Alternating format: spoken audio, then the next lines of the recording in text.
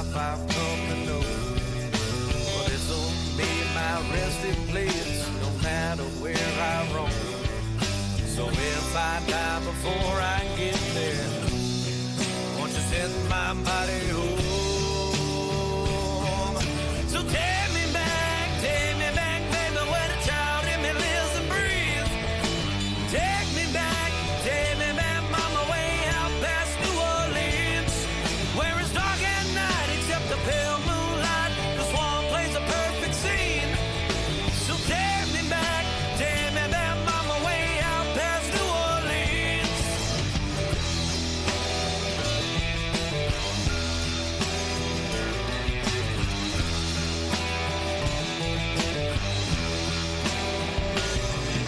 Well, it's been 10 long years since your sun has shined my face, since I made my way out west, since I've been tied to fate.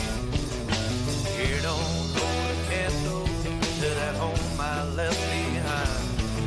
I need that southern comfort to ease my worried mind. So take me back, baby, where the child in me lives and breathes. Take me back, mama, way out past New Orleans, where it's dark at night except the pale moonlight. The swan plays a perfect scene. So take me back, honey, way out past New Orleans.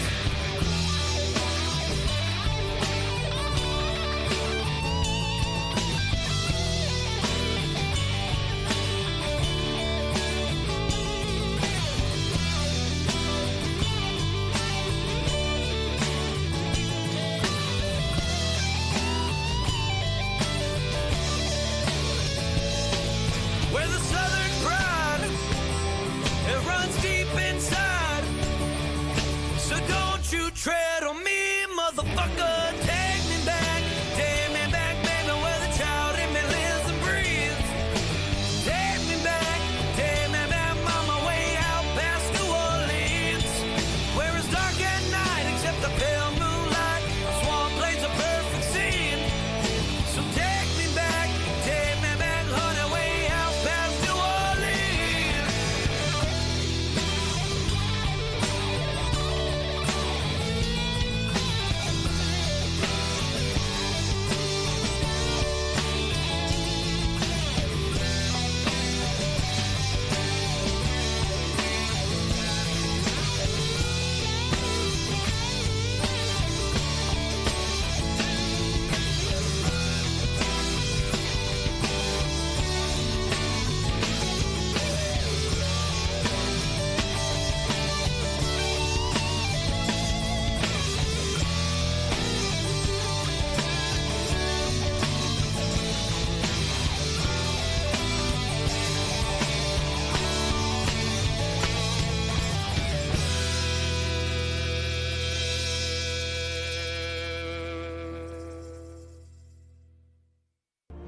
Freedom is the right of all sentient beings.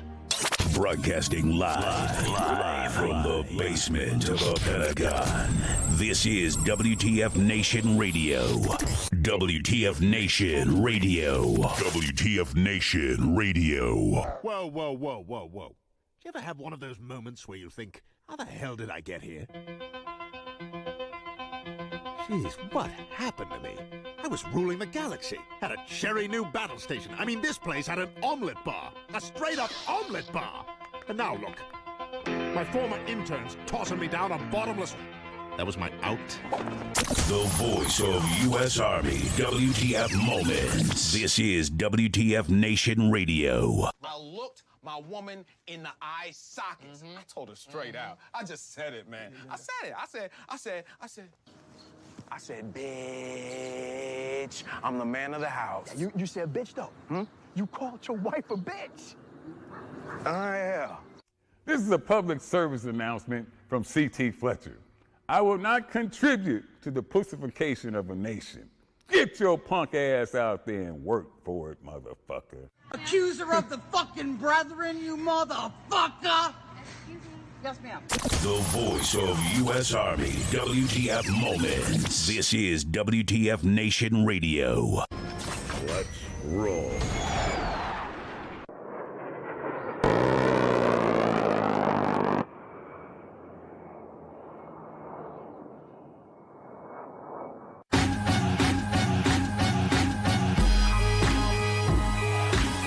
Oh, man.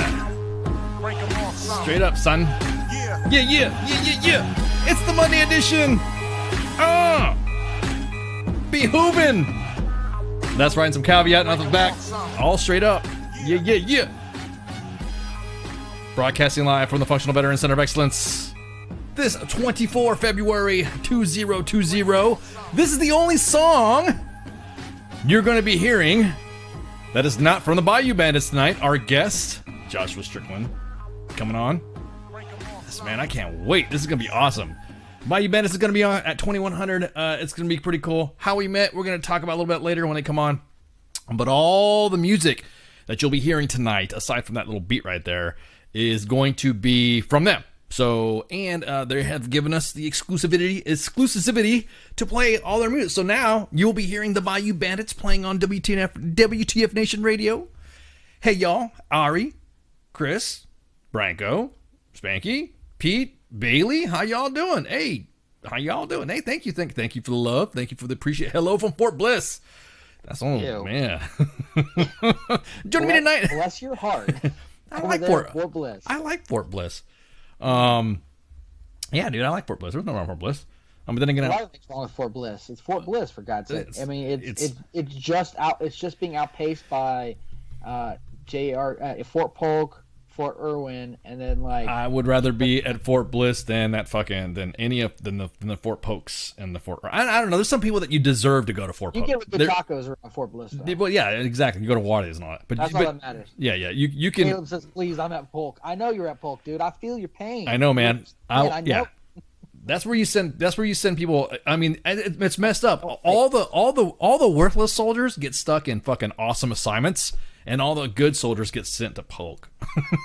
Who would you rather train you? Good soldiers or shitty soldiers? Well, I mean, really. Think about that. Yeah, but think about how our enemy is. You know what I mean? It's just kind of like our enemy is what? It's fucking unorganized, grab axes, pieces of amphibious shit. Is Gunnery Sergeant Rob Kelly says he's on a frozen island in the coast of Maine. Dude, post a picture. I want to see, like, look out your back door. I want to see like that frozen island. Yeah, I want to see that. I want to see the island. We're broadcasting on all channels. So just like you saw on Kicking It With Cause, we are broadcasting live on all the freaks and digits and dials. So Mixer's up, Facebook's up, freaking YouTube's up, Twitter's up. They're all over the place.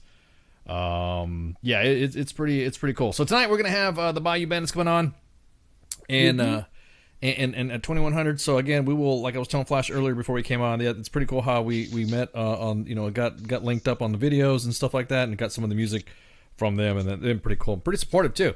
They're already spreading the WTF Nation love out in the West, in the Pacific, in the specific.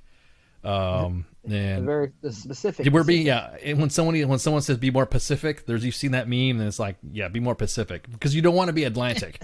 You never want to be more Atlantic than Pacific. Like an Atlantic cod. Exactly. Nothing good comes out exactly. So, anyways, so today we had some interesting news. I just want to highlight it today, and I'm kind of glad Periscope is up. Apparently there is Gina, what is this? This is WTF Nation Radio, the voice of U.S. Army WTF Moments. Thank you for joining us on this lovely night. This is the best damn thing you're going to hear all day. All day and all night. And if you don't like it, then or you can't get to it right now, then I tell you what, you can go ahead to Google Play and go to iTunes and download the podcast and listen to us later. And then you can go ahead and also check out all the other platforms that we're broadcasting now. Also go to WTFNationRadio.com to listen to us. And then you can just grab all them deets from there. And that's if, of course, you like us. But if you don't, you can always X out and, go scroll along. That's no harm, no foul. But welcome, being a first-time listener. If you're asking, what is this? I've had way too much beer for the start of the show. I'm actually kind of chill right now. It's going to be a good show today. Yeah, it's going to be a good show. So today there was an event that happened at the Pentagon.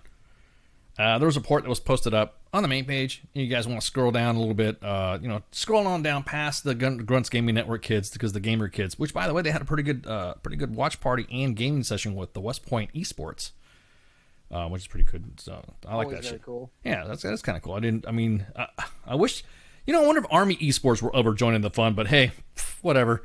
I think that's an issue they got to work out with themselves. At any rate, so today there was a real world event.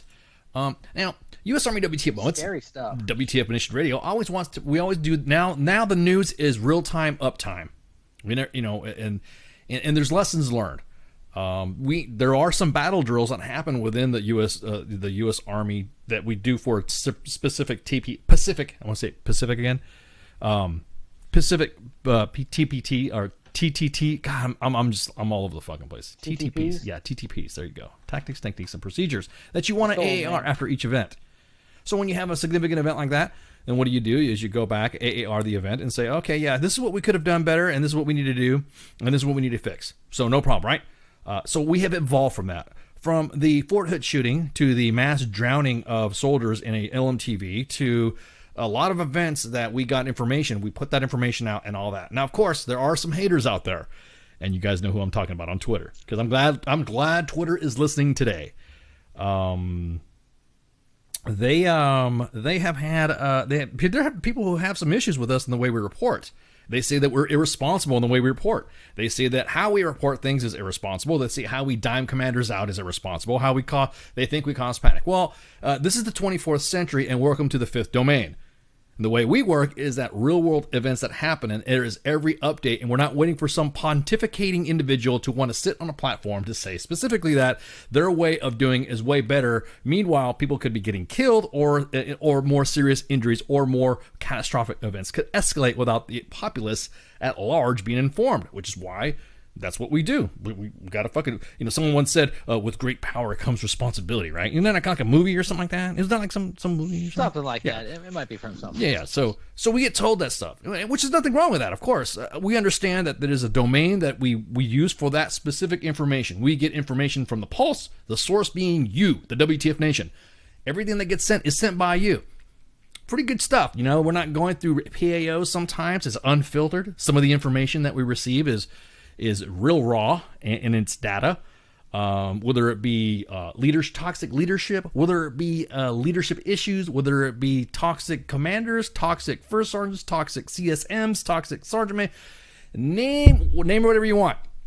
Any piece of information that we always get, we always update it in real time. So if it's happening, it's going to happen, and we're going to update it. Everything we say, of course, until we have everything confirmed, is there are reports of, allegedly of, possibly of, there may be something of, that could be happening. That's the way it's always going to be. We're always going to get that information. So the thing is that there was a real world event this morning, and there was a security incident in the vicinity of the Pentagon. Very scary stuff. Yeah, so a suspect allegedly attempted to detonate a VBIED. Allegedly attempted, let me say that again. Allegedly, right? We're not talking about Harvey Weinstein got convicted allegedly. We're talking about no, he got convicted. Definitely, he got convicted. Now there was no allegedness of the conviction. And what he got was, anyway, that's a whole nother fight. That's probably going to be a CQ story for tomorrow. Yeah, that's probably going to be a CQ story tomorrow.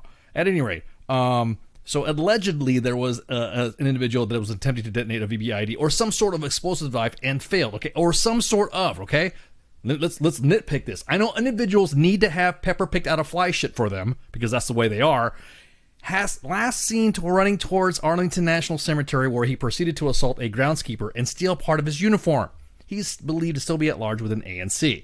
Suspect is a white male, mid-20s, red hair, wearing contractor landscaping uniform, and he's slightly dirty as a result of the failed detonation.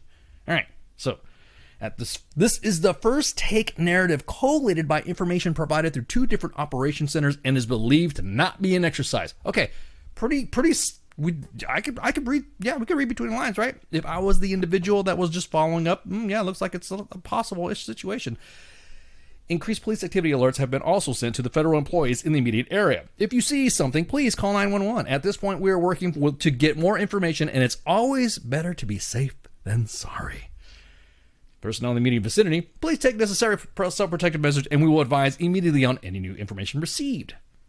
So now, at that time, at 12:59 Eastern Standard Time, we learned that the suspect has been arrested. Okay, there you go, right? No harm, no foul. That's what happened. No, oh my God.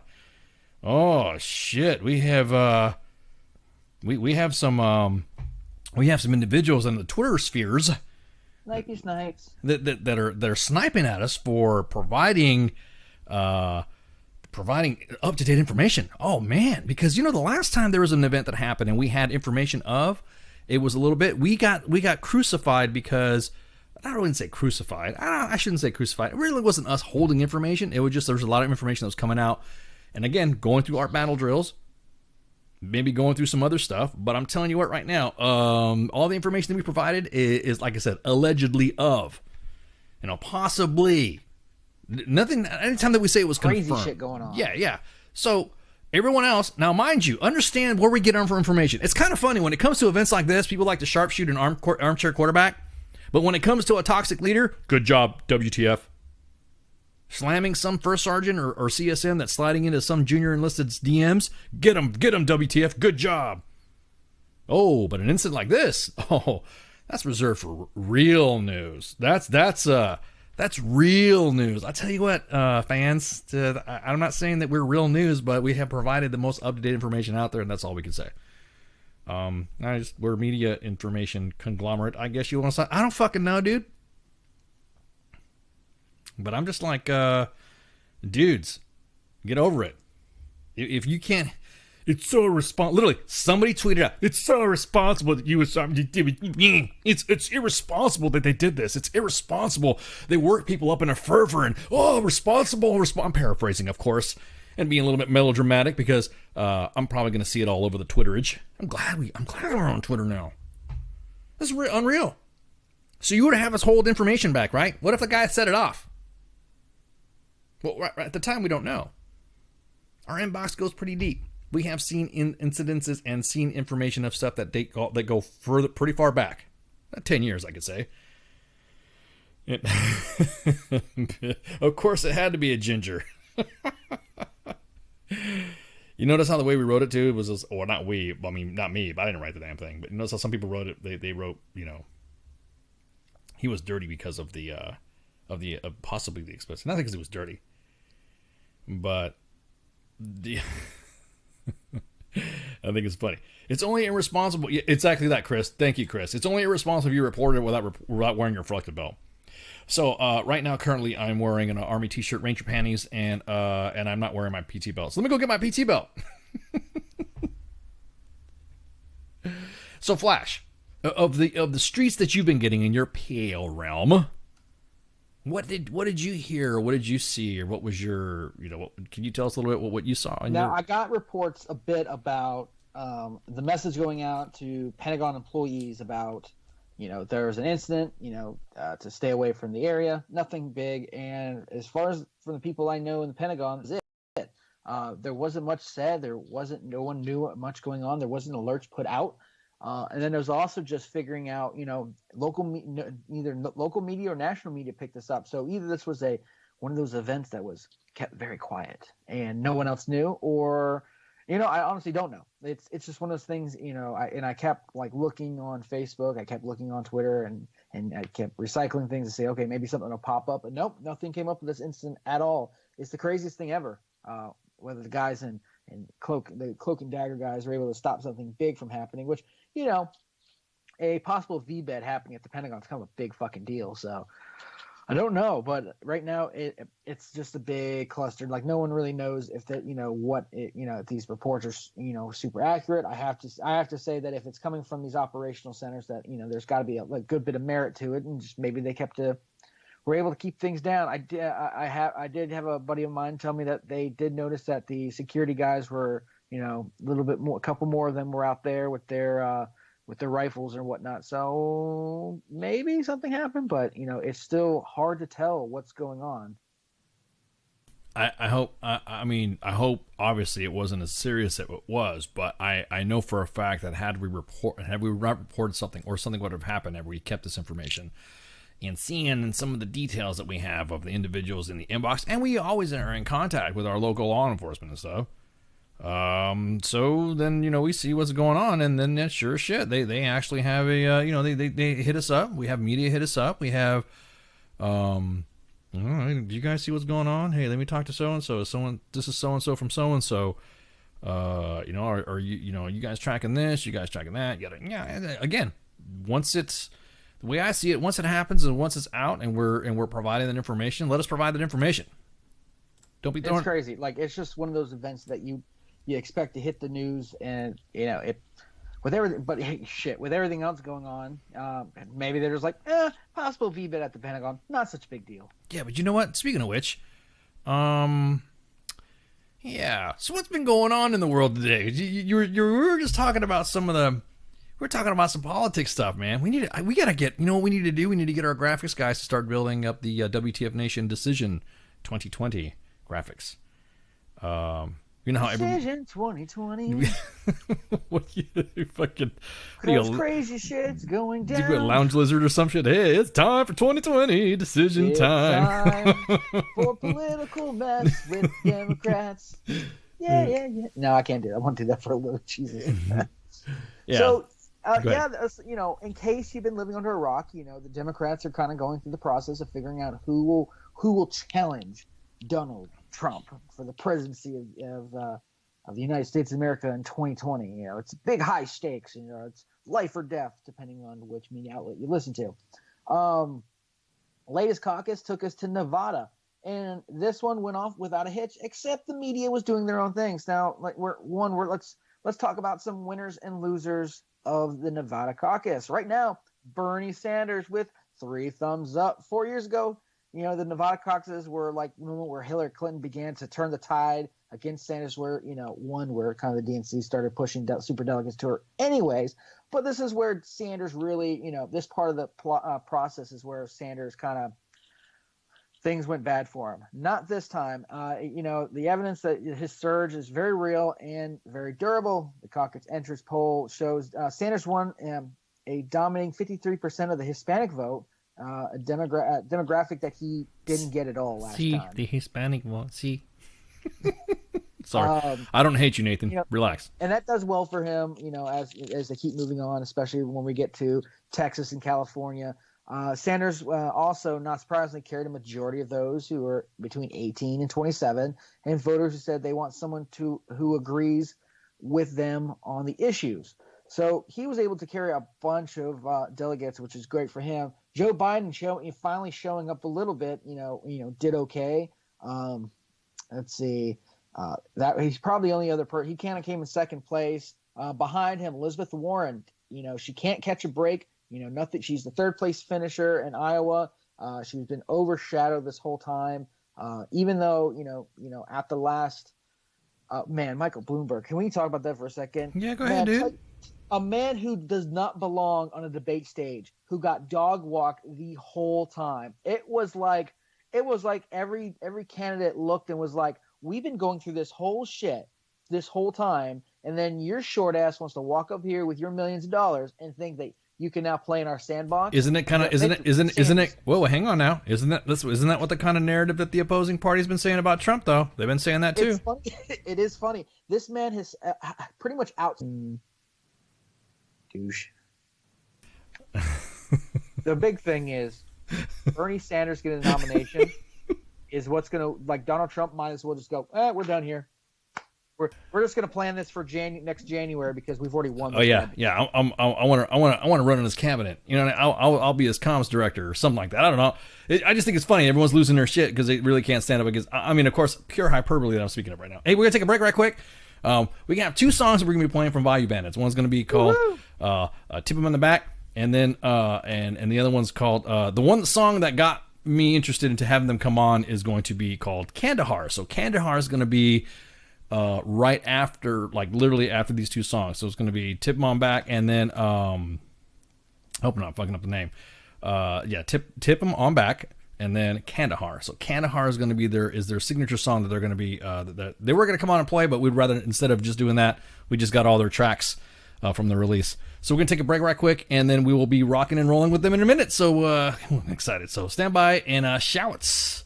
WTF Nation Radio. WTF Nation Radio. Take it from me, Ice. You can't just float around space not caring about stuff forever. The voice of U.S. Army. WTF Moments. This is WTF Nation Radio. Shit in the bag, Pogue.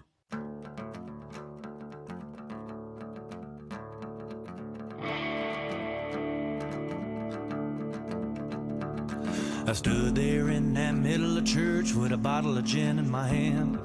I'm looking up at the rooftop like I'm trying to find my long lost friend.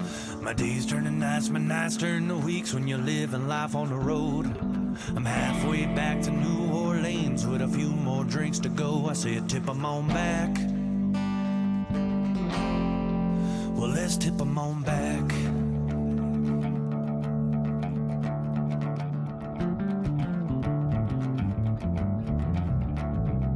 I finally made it back to Bourbon Street, picking some of them old night bars, hoping I could find myself playing music on my guitar. Boys and kid around, they all shouted out as the drinks began to flow. I pulled out that old guitar, then I showed them how to do-si-do. I said, tip 'em on back. Well, let's tip 'em on back.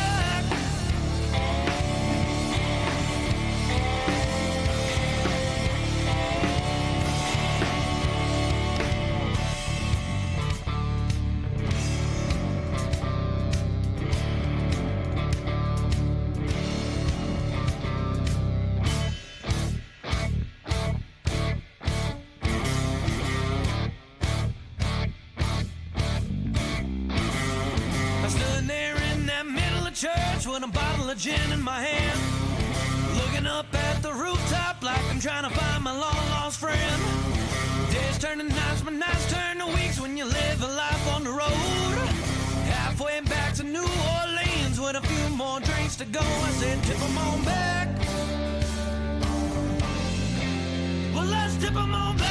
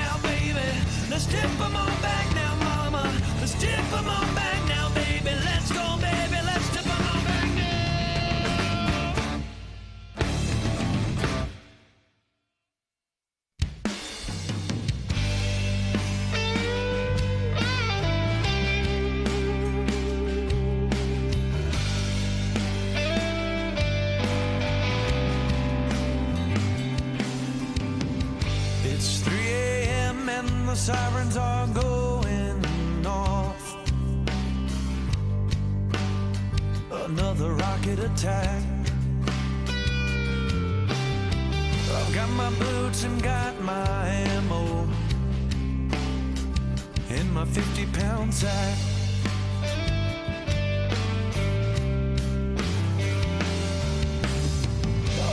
Boys headed to war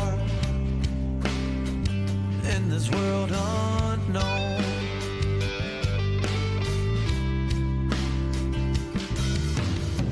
The only peace of mind I've got are these letters from home.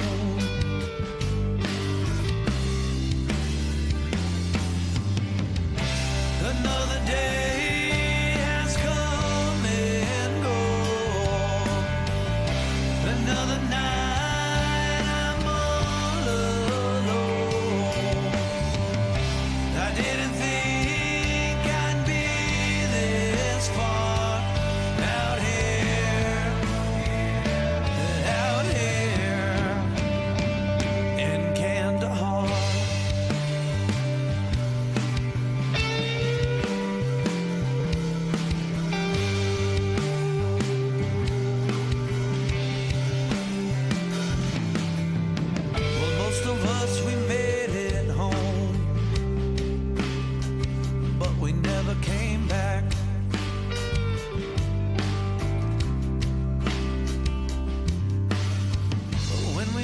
close our eyes at night,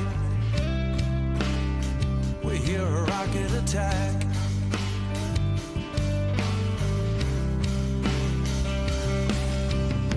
I've tried to talk and tell you about it, but it ain't the same.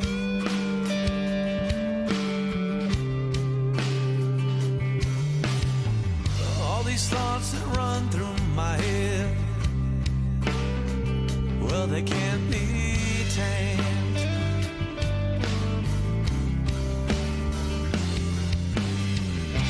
Another day has come and gone.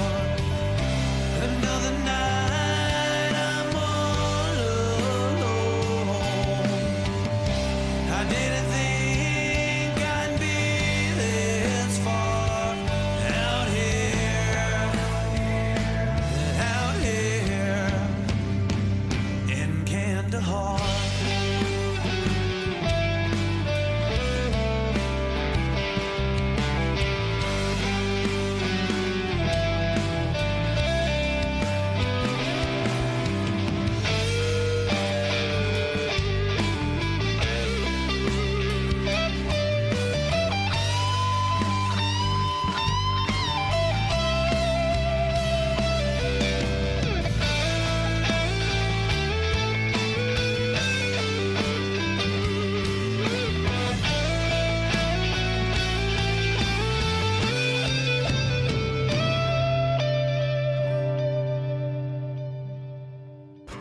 Another day has come and gone. Another night I'm all alone. I didn't think I'd be this far out here. We ain't far from Kandahar.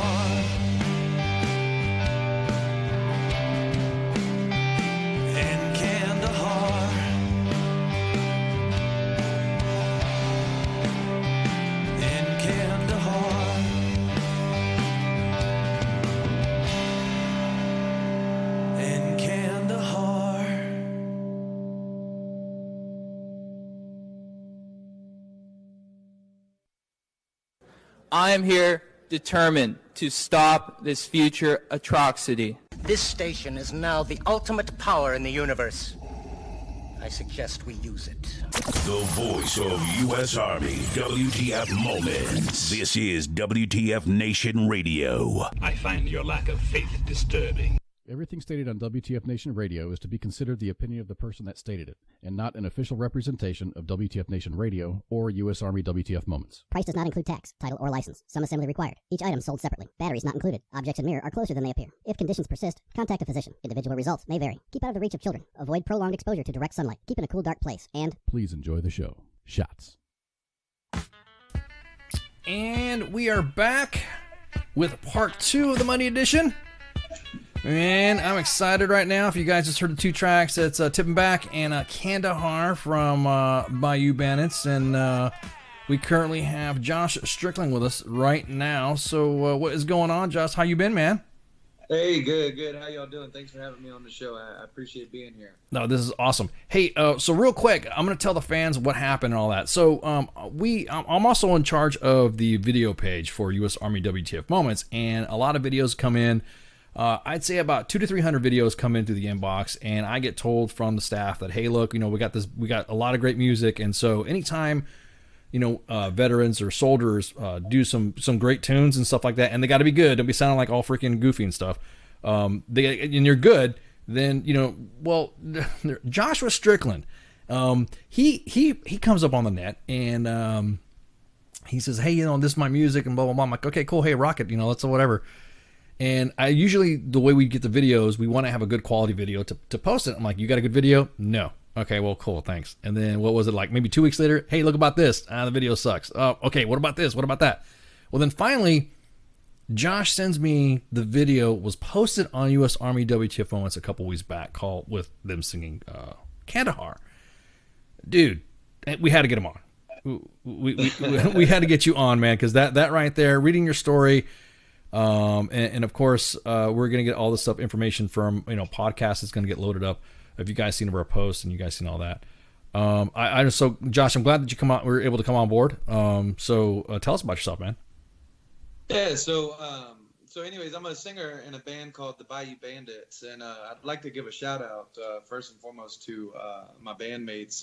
So we got Mr. Jeremy Maggot on the lead guitar, Mr. Paul Williams on the bass, and Mr. Stevie Belcastro on the drums. And we just put out a record about 2.5, 3 months ago out here, and it's taken off quite a bit in the Southwest because we're a Southern rock band, and so there's not too much of that out here. And so I'm a transplant to Phoenix, Arizona, from a small town called Walker in South Louisiana. It's a little town right in between Baton Rouge and New Orleans. And anyway, we just wanted to bring our music out here and just bring the sound of that Southern rock, that vibe, and it just caught on like a wildfire, and that's really about it, man. We out here working hard and trying to get our music heard, and it actually the record's taken off so much that it actually turned into a tour for us. So we're leaving in March, and we're headed all through Texas, Louisiana, back home, playing with some big names down there, down to New Orleans, Baton Rouge, Mississippi. We're looking at a date or two in Nashville, Tennessee, and one in Florida, and then headed on back to Arizona. And so yeah, that's kind of a little bit about us. Okay, so tell us about you. Oh, come on. I was like, a little bit about me. Yeah, go for it. Me. Let's see. Well, I just turned 28 years old. Well, I didn't just turn 28 years old. I turned 28 in September. Come from a long line of soldiers, So my daddy is a retired colonel. He did 28 years active duty. My brother, and served 2 tours in Vietnam. My brother, he's a retired senior NCO. He did tour. He was there for the initial invasion in 2003. And then my oldest brother was Desert Storm, and then my brother-in-law is Iraq, and then me, I'm the baby of the family. I was in Afghanistan in Kandahar City, 2014, and when I'm not a singer, I'm an RN. I'm a registered nurse, and that's really about it, and so I love playing music. That's my hobby. That's kind of what I do to relax and do. And luckily, thank the Lord, it's turned into a profitable situation where, I'm able to support my family, on top of being an RN with that. So it's been a great thing, And you said, and your wife's been pretty supportive about it? Oh, yeah. I mean, you're not going to say no, but I'm just saying. No, she has her moments. So I became an RN because of her. She's an RN. She works over at the VA. And so it can be tough, I mean, I grew up as a singer, as a kid. My daddy, he used to sing me all these old Southern gospel hymns, and in the South, especially down in Louisiana, you grow up in a musical culture, so every once in a while, whenever he'd have to go do work down in New Orleans, my mama and him would let me dress up. I won't really want to say dress up homeless, but I would go sit on the street corner right there on Bourbon Street. Nowadays, everybody can just stream music and all that, kind of stuff. And so it really takes a lot of social media. My brother was my recruiter, which was probably a mistake. he probably just wanted to see the damn bonuses or something. And so he was like, oh, just do this one, and then whatever. I don't know. But so initially, I was going to join as an infantryman, and so 11 Bravo, and so no shit, there I was at MEPS, and how at MEPS, how you get like these last minute offers that come on the table like right before you swear in and sign the contract. Yep. So like a last minute offer came in for me to join CA, so Civil Affairs. and it promised a $20,000 bonus. And so I was 17 years old. And so my brother, no, it actually wasn't my brother at that point. It was another person at MEPS that was like, dude, do you know what civil affairs is? And I'm like, civil affairs? I'm like, what the hell is that? You know, my dad was an armor officer, you know, and he was an infantryman in Vietnam, and then he was an armor officer. You know, my brother, they were all combat arms. And so I'm like, civil affairs? I'm not going to do that. You know, I didn't know what civil affairs was. And I thought it was like a desk job, like litigation or something, you know. And so then the recruiter's like, hey man, you get a $20,000 bonus, then you get to grow a beard, you get to, and then he's like, you know, special forces, they have 3 lightning bolts on their patch, and civil affairs has 2 lightning bolts on their patch, so you're 1 lightning bolt short of awesome. And I'm like, love it. And I'm like, and here I am, I'm 17 years old, man, and I'm like, all right, you know, I get to grow a beard. Dude, not one time did I ever grow a beard. You know, no, nothing. And so I joined CA.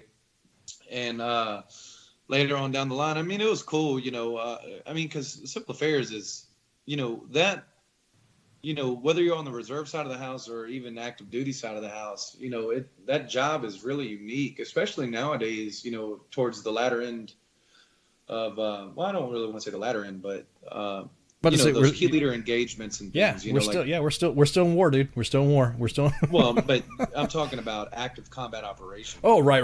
Yep. Mm-hmm. From you know, my understanding, especially from a lot of my buddies that are still in, the only people that are going outside the wire now running active combat operations are people in group or battalion. Right. Yep. You know, and so, you know, and so CA, I mean, it was awesome, you know, so.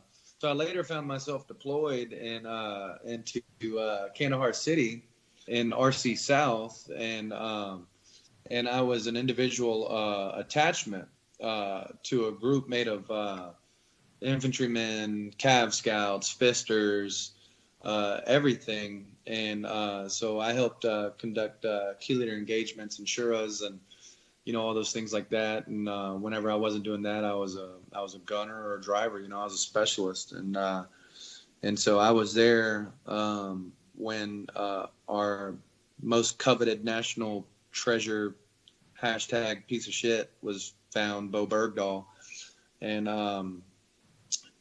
so yeah, it was a crazy time, man. I was there 2014, and it was not fun. So you were in the Army for how long? Almost 10 years. Wow. And so yeah, almost 10 years, and just recently getting out of the IRR. Oh, you just recently got out of the IRR. Wow. So well, I'm still in the IRR. I'm getting out of the IRR in December. Oh, December. Okay. Well, don't say that too loud, man. Yeah, Josh Strickland did not. Yeah, I know, dude. I get emails every 5 exactly. seconds. Every 5 seconds from some recruiter out in Oklahoma. Yep. And I'm like, dude, ain't happening. Yeah. I'm already growing a beard. I'm finally getting that chance to grow a beard. So what made you want to? I mean, I understand everyone has their own path, but what made you decide to get out? I mean, 10 years. Some people are usually like, fuck it, I'll stick it in for another 10 years. So, what made you want to get out? What was the what did you just like? What was you didn't want to stay in because of what? Well, I wanted to, and you know, mind you, I love the Army. You know, of course. I credit the Army for everything that I have in my life. You know, I mean, you know, some of my best friends, well, actually, pretty much 99% of my friends, all served in the branches. You know, whatever branches, Air Force, Navy, Marines, whatever, Coasties. But you know, I wanted to try to live my life, you know, as a civilian. You know, I felt like I don't want to say that I had been there and done that, you know, per se, but I just wanted to move on to the next chapter of my life. You know, I wanted to be able to sing. I wanted nothing wrong with that. Nothing wrong with that. I wanted to be able to, you know, try out do whatever I wanted to do, go wherever I wanted to go, and you know, just that was really it, man. I just wanted to move on, Now, mind you, if World War III breaks out, I'd love to go back. I was about to say, dude, I don't know. It almost happened, I man. don't I mean, I was. I don't know. But I think about that too from time to time because I don't know if I'd necessarily go back in the Army, but like whenever I was over there, you had all these contractors, like for Z Corps and Garda. And, all these other folks, and I ran into a couple of them that were civilian registered nurses like myself. They all had bachelor's degrees and everything like I got, and and obviously I credit the Army for that, because I used all my benefits and everything. But those dudes, man, and in a way it's kind of sad, but in a way it's also kind of like it's damn smart, because the problem there's a problem, and then there's also not a problem. So you get a lot of these guys that go over there as contractors that never served, but they're making this mega money. I'm talking like, I think the RNs over there were making like $650, almost $700 a day. Yep. While I was there. Yep. And yet you got these guys and gals that are, got the boots on, that are doing the exact same job for pennies in comparison to that. Now I have a little bit of issue with that whole war profiteering thing, just my own thing about it, because I'm like, hey, look, man, if you didn't, that whatever, that's not even for this time, but go for it, man. You can talk, bro. You got plenty of time to talk about it. Go ahead. Well, my thing is this, man, is like, I think it's kind of bullshit if you go over there, on the account of making all these mega dollars, like, crazy amount of money, and you got these Joes that are doing the exact same thing, but yet prior to all of that, you never served. You know what I'm saying? It just kind of bothers me a little bit, and I met a lot of folks that were, they had issues where they couldn't join the Army or something like that, and so they later went on. So it's more of a case by case basis, but it's like, first and foremost, I care about the welfare of the soldiers, and making sure that, those folks are all taken care of, and to see other guys that weren't, in group or whatever the case, that were just, 11 Bs or not even, just making all this mega money whenever you got, your regular infantrymen doing the exact same thing for nothing, and struggling to pay the damn bills at home. It sucks, and so, but then on the other side of that, because I've already been there and done that, if World War III breaks out and I'm a civilian RN, it'd be kind of hard to not go back overseas and make that kind of money. What? That's that's a good point, because then you're kind of like, well, you kind of got like a veteran status to it. I mean, you know what I mean? Yeah, it's like, dude, I remember what it was like being an E4, not making shit, and you seeing all these guys that are making all these mega dollars, that are basically doing the same thing you're doing, running missions, except, their ROE and SOPs are a little bit different than yours, so it just, that was the only thing I didn't like. But then again, it's kind of hypocritical on my end, because like I said, now that I am a registered nurse with a license, if World War III were to break off, I might try to put in for Z Corps or Garda or something like that. Right. No, I mean, it's understandable. But, of course you're like you said, it's kind of hypocritical, but then again, it's kind of like back and forth. Some people, and again, the way I see it, you served and you did your time and all that sort of stuff, and you want to come back. And to me, the way I see it, once you did it, you did it. You know what I mean? I'm not going to hold it. I'm not going to hold it against anybody who there are some civilians that I know out there that want to serve, but like medically can't. Like they have medical issues to not be able to come in. Those are different. Yeah, I've run into cases like that. Yeah, when I've deployed too, where we've had a contractor. I'm like, dude, you could do this in the Army, or how come you didn't go through the Army? And then they say, hey, look, I broke my leg, back, and it did something wrong, or I didn't heal up well, and I just barely got I got a medical waiver to come to do this contract work. So I mean, like you're saying, it's correct. Yeah, it's hard, dude. It's kind of, it almost makes it seem like they should have. It's almost like, hey, you want to pay me to come back into the suck because I know what the suck is like. They should not have former personnel from the military be recruiters for some of the contract work, because we would be like, we want more. I'd be the worst recruiter. I'd be like the worst person to be like, no. I know what I did when I was deployed. I ain't doing that shit. Somebody who's civilian is not aware. I'd be like the worst recruiter. I'd be like, no, don't do that. Ask for money. Ask for more money. I'd be telling like, what's up. So you were in Afghanistan. Go ahead. And so now that I'm out, I still volunteer. Well, I ride I'm a biker, I call myself a biker, but I'm not like a crazy outlaw biker or nothing. But I have a Harley, Softail, and I love it, because between work and everything like that, and stress, and the whole 9 yards, just getting on the bike and having the open road, man, it makes you feel free. And so I ride with a group of veterans. They're called Veterans for Veterans Motorcycle Association, and I love those guys because we give back to the veteran community out here. Everybody that's in that organization, they're all combat veterans, all the way from Vietnam to Desert Storm to Iraq and Afghanistan. And so, I've like musically, I've played different events and functions for those guys, and not to mention all the stuff that we do outside of the music. We've had many phone calls. Our president, for instance, has had many phone calls where, he's gone over to, these Joe's house at 2 or 3 o'clock in the morning, and, just had somebody to talk to him, because the thing is, and y'all can understand it just as well as anybody does, when you have a Joe that's going through, some sort of episode, and one of the other problems with the military that I didn't really like, especially I discovered it once I got into healthcare, was they don't preach enough about the resources that the VA has to offer, like while you're still in. So, a lot of these Joes, when they get out, there's a million resources for these folks, but they just don't know about them,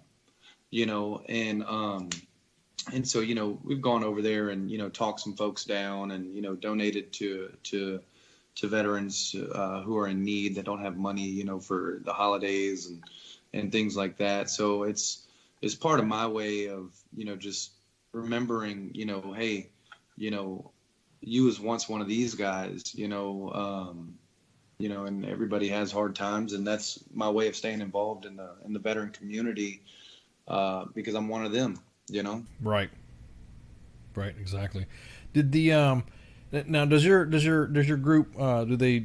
I mean, because I remember we talked a little bit before you came on about, do they do similar like activities for veterans in need, just like how the main page does it, like obviously on their own, what they can handle? Do they do the same thing? Yeah. So like, what do you mean? Like, can you give me an example? Like, what do you? Yeah. Well, I mean, like for instance, how we were just talking about like doing a call for assistance or something like that, or going out and helping. Oh, like a call for action. Yeah, call for actions for guys, fixing. Do you guys do some of the same things too, like how we do? Oh yeah, absolutely. Well, to a certain extent. I mean, we're obviously a lot smaller than WTF, but for instance, we're very well known in Phoenix and in the state of Arizona, because Phoenix is the 4th largest city in the country, and but we've made a real well-known name out in the veteran community, because we're always over here. We have a huge VA medical center, so we're always volunteering, to hang out with some of those vets, because you get a lot of those guys that are in the VA medical centers that are there for quite some time, and they don't have anybody other than nurses or medical staff to really talk to. So to have like an outside face, that can relate, to a certain extent, and just spend time with them. So like the group goes up on every Thursday to the VA Medical Center and plays bingo, with a whole group of vets, and just to show them, hey, there's folks out here, that care, and y'all ain't forgotten, out here. Exactly. and these types of things. And so really now, instead of us necessarily doing a call to action, like, hey, this vet's in trouble per se, we get calls directly to us because people know about it. You know, that you know, we go out and kind of do this type of thing within the community, and so they call us and be like, hey, you know, my son is, you know, going through this, you know, these rough times. Is there any way that you can come talk to him? You know, and you know, we've done it, and it's, you know, it's been a pretty unique, interesting situation, to say the least. Yeah, the Phoenix, we were out there. Well, we were out. Were we out there? Were we out there in Phoenix? Didn't we do some shit in Arizona? Were we out there for? We did the Warfighter Fest. Wasn't there like a Warfighter Fest or Warfest or something like that? Or did we win something or something like that? Where we out there and the boss? Oh, they got a big Air Force base. It sounds like something with Luke Air Force Base. Yeah, we did something. We did something with them. We did something with the Phoenix. I think we were just there just to highlight it. I can't remember. I think that's Warfighter Radio. Warfighter, yeah, Warfighter Radio stuff. Yeah, we did Warfighter Radio. God, I can't even spit that word out. And the bosses went out and visited the Phoenix VA back in the day. I was like, shit, that was like a few years ago. So the song that tugged at my heartstrings, bro. Kandahar. Tell me about Kandahar. You know, what was the genesis of it? What was I mean, you told me a little bit about it, but I didn't want you to, like, you know, just blat it out. I wanted you to tell the audience. Tell me about the song Kandahar. Okay, so basically the song, so I started writing it a while back, and you know, usually when it comes to songs, I don't want to say that me and my guitar player write the songs, because we pin the lyrics to majority of our songs, but the band itself, you know, between myself, Jeremy, Paulie, and Stevie, we write the song, we create it. The lyrics is just, you know, one aspect of, you know, song making, if that makes sense. No, yeah, please tell us the process too, because I love music, but I don't know anything about singing. If that makes any sense. Exactly. And so, but I kept having this melody in my head, you know, which was the chorus to the song Kandahar. And, you know, I would, you know, you have like photo memories and stuff like that, and of like your old teams and, you know, things like that you were with. And one of my good buddies, he was an airborne infantryman with the 82nd Airborne, and he went over there like 9 times, or I don't know if it was 9. It was a handful. It might have been like realistically probably like 5 or 6, I think. I can't remember the damn number, but it was a lot. And so anyway, we became good buddies, and he really was a mentor to me, you know, because he was older than I was and stuff. But matter of fact, he was I never did chew or dip in my entire life, but he was the very first dude that ever gave me a chew. And sure enough, there I am, Kandahar City, looking like I got a big old damn tumor growing out of my lip, because dude, he's like, he said, hot damn it, Strickland. He said, this is how you put in a fat lip like this. And but I tell you what, man, as crazy as he was, I would follow that dude anywhere. And he was a good dude. And anyways, long story short, he was struggling with a lot of issues when he came home, and you know, he was dealing with a lot of demons. You know, I mean, y'all can obviously attest to that subject, and everybody else that's listening can attest to it as well, that regardless of what you do, I mean, even if you're the damn postal clerk, you don't go over there and come back necessarily the same. You know, it affects everybody in different ways, you know. And he just had a lot of demons, and he wound up losing his battle with PTSD about a year or 2 after we got home. And it was just one of those moments where I was just sitting down, I was drinking beer and reflecting, you know, on my life, you know, and, you know, some of the stuff that I had done and things like that. And I said, you know, I want to, do something that'll honor his memory, and what he meant to me, and so that's really, how I wrote it, because that's where we were, Kandahar City. Right. What's the reception been so far? I mean, it's like I said, it struck a chord with me. So what was was the? It's been it's kind of like that with everybody. It tugs on everybody's heartstrings. So like at first it was just gonna be like a hidden track, I guess, if you will, on the record.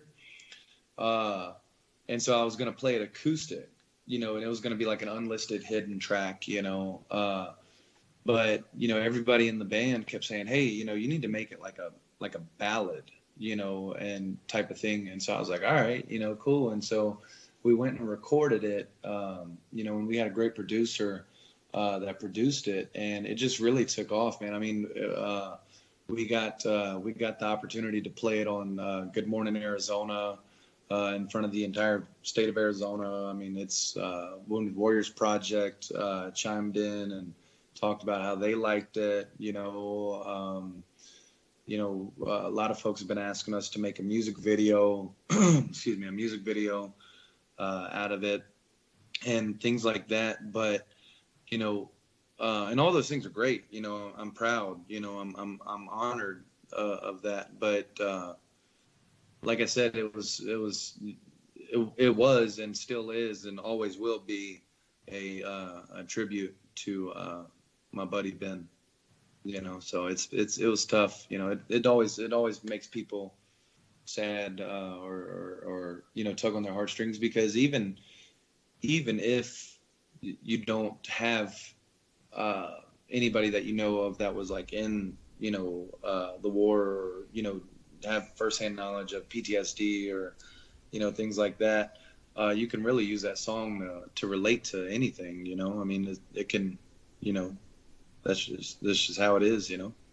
No, I hear you. It like I said, it was, I just just listening to it and stuff like that, I was like, oh man, it's and I think it touches a lot of people, because it's about the war, and it's not written by somebody like Toby Keith. I love Toby Keith, but I ain't hating one bit. But it's written from firsthand knowledge of a soldier who was there. Joshua Strickland with contracting criticism and Toby Keith criticism. I'm just kidding. Dude, I'm just saying, man. Hey, I tell it how it is. He's going to probably call us up. But it's resonated within the military community, because it's I don't know your wife or anything like that, but if she wasn't in the military or the army or whatever, or anything, but you get a lot of these Joes that are married to these civilian women, and the only people that they can really talk to about what goes on inside of them are their former battle buddies, or they go to the vet center for counseling or something like that. But you try to talk to your wife. Which one? Which wife are you talking about? I'm just kidding. I know, right? I'm just. Everyone's looking at me in the room like, should we tell Josh? Which one are you talking about? You try to talk to one of your wives. Go ahead. And especially if you met her, after y'all got out or something like that. I mean, you can only talk so much, but at the end of it, there's still that level of not being able to understand, because you can't understand it unless you've been there. You know what I'm saying? No, I got you, man. No, you're right. I mean, there's some things, but I think also, I mean, I think in a way too, a lot of guys, when they've gone through that, and it's just me, need to explain. I mean, yes, it'll help them understand if you explain it. I mean, I know, some spouses that are in the military and some spouses that are out of the military, or girlfriends or side pieces, what do you want to fucking call them? They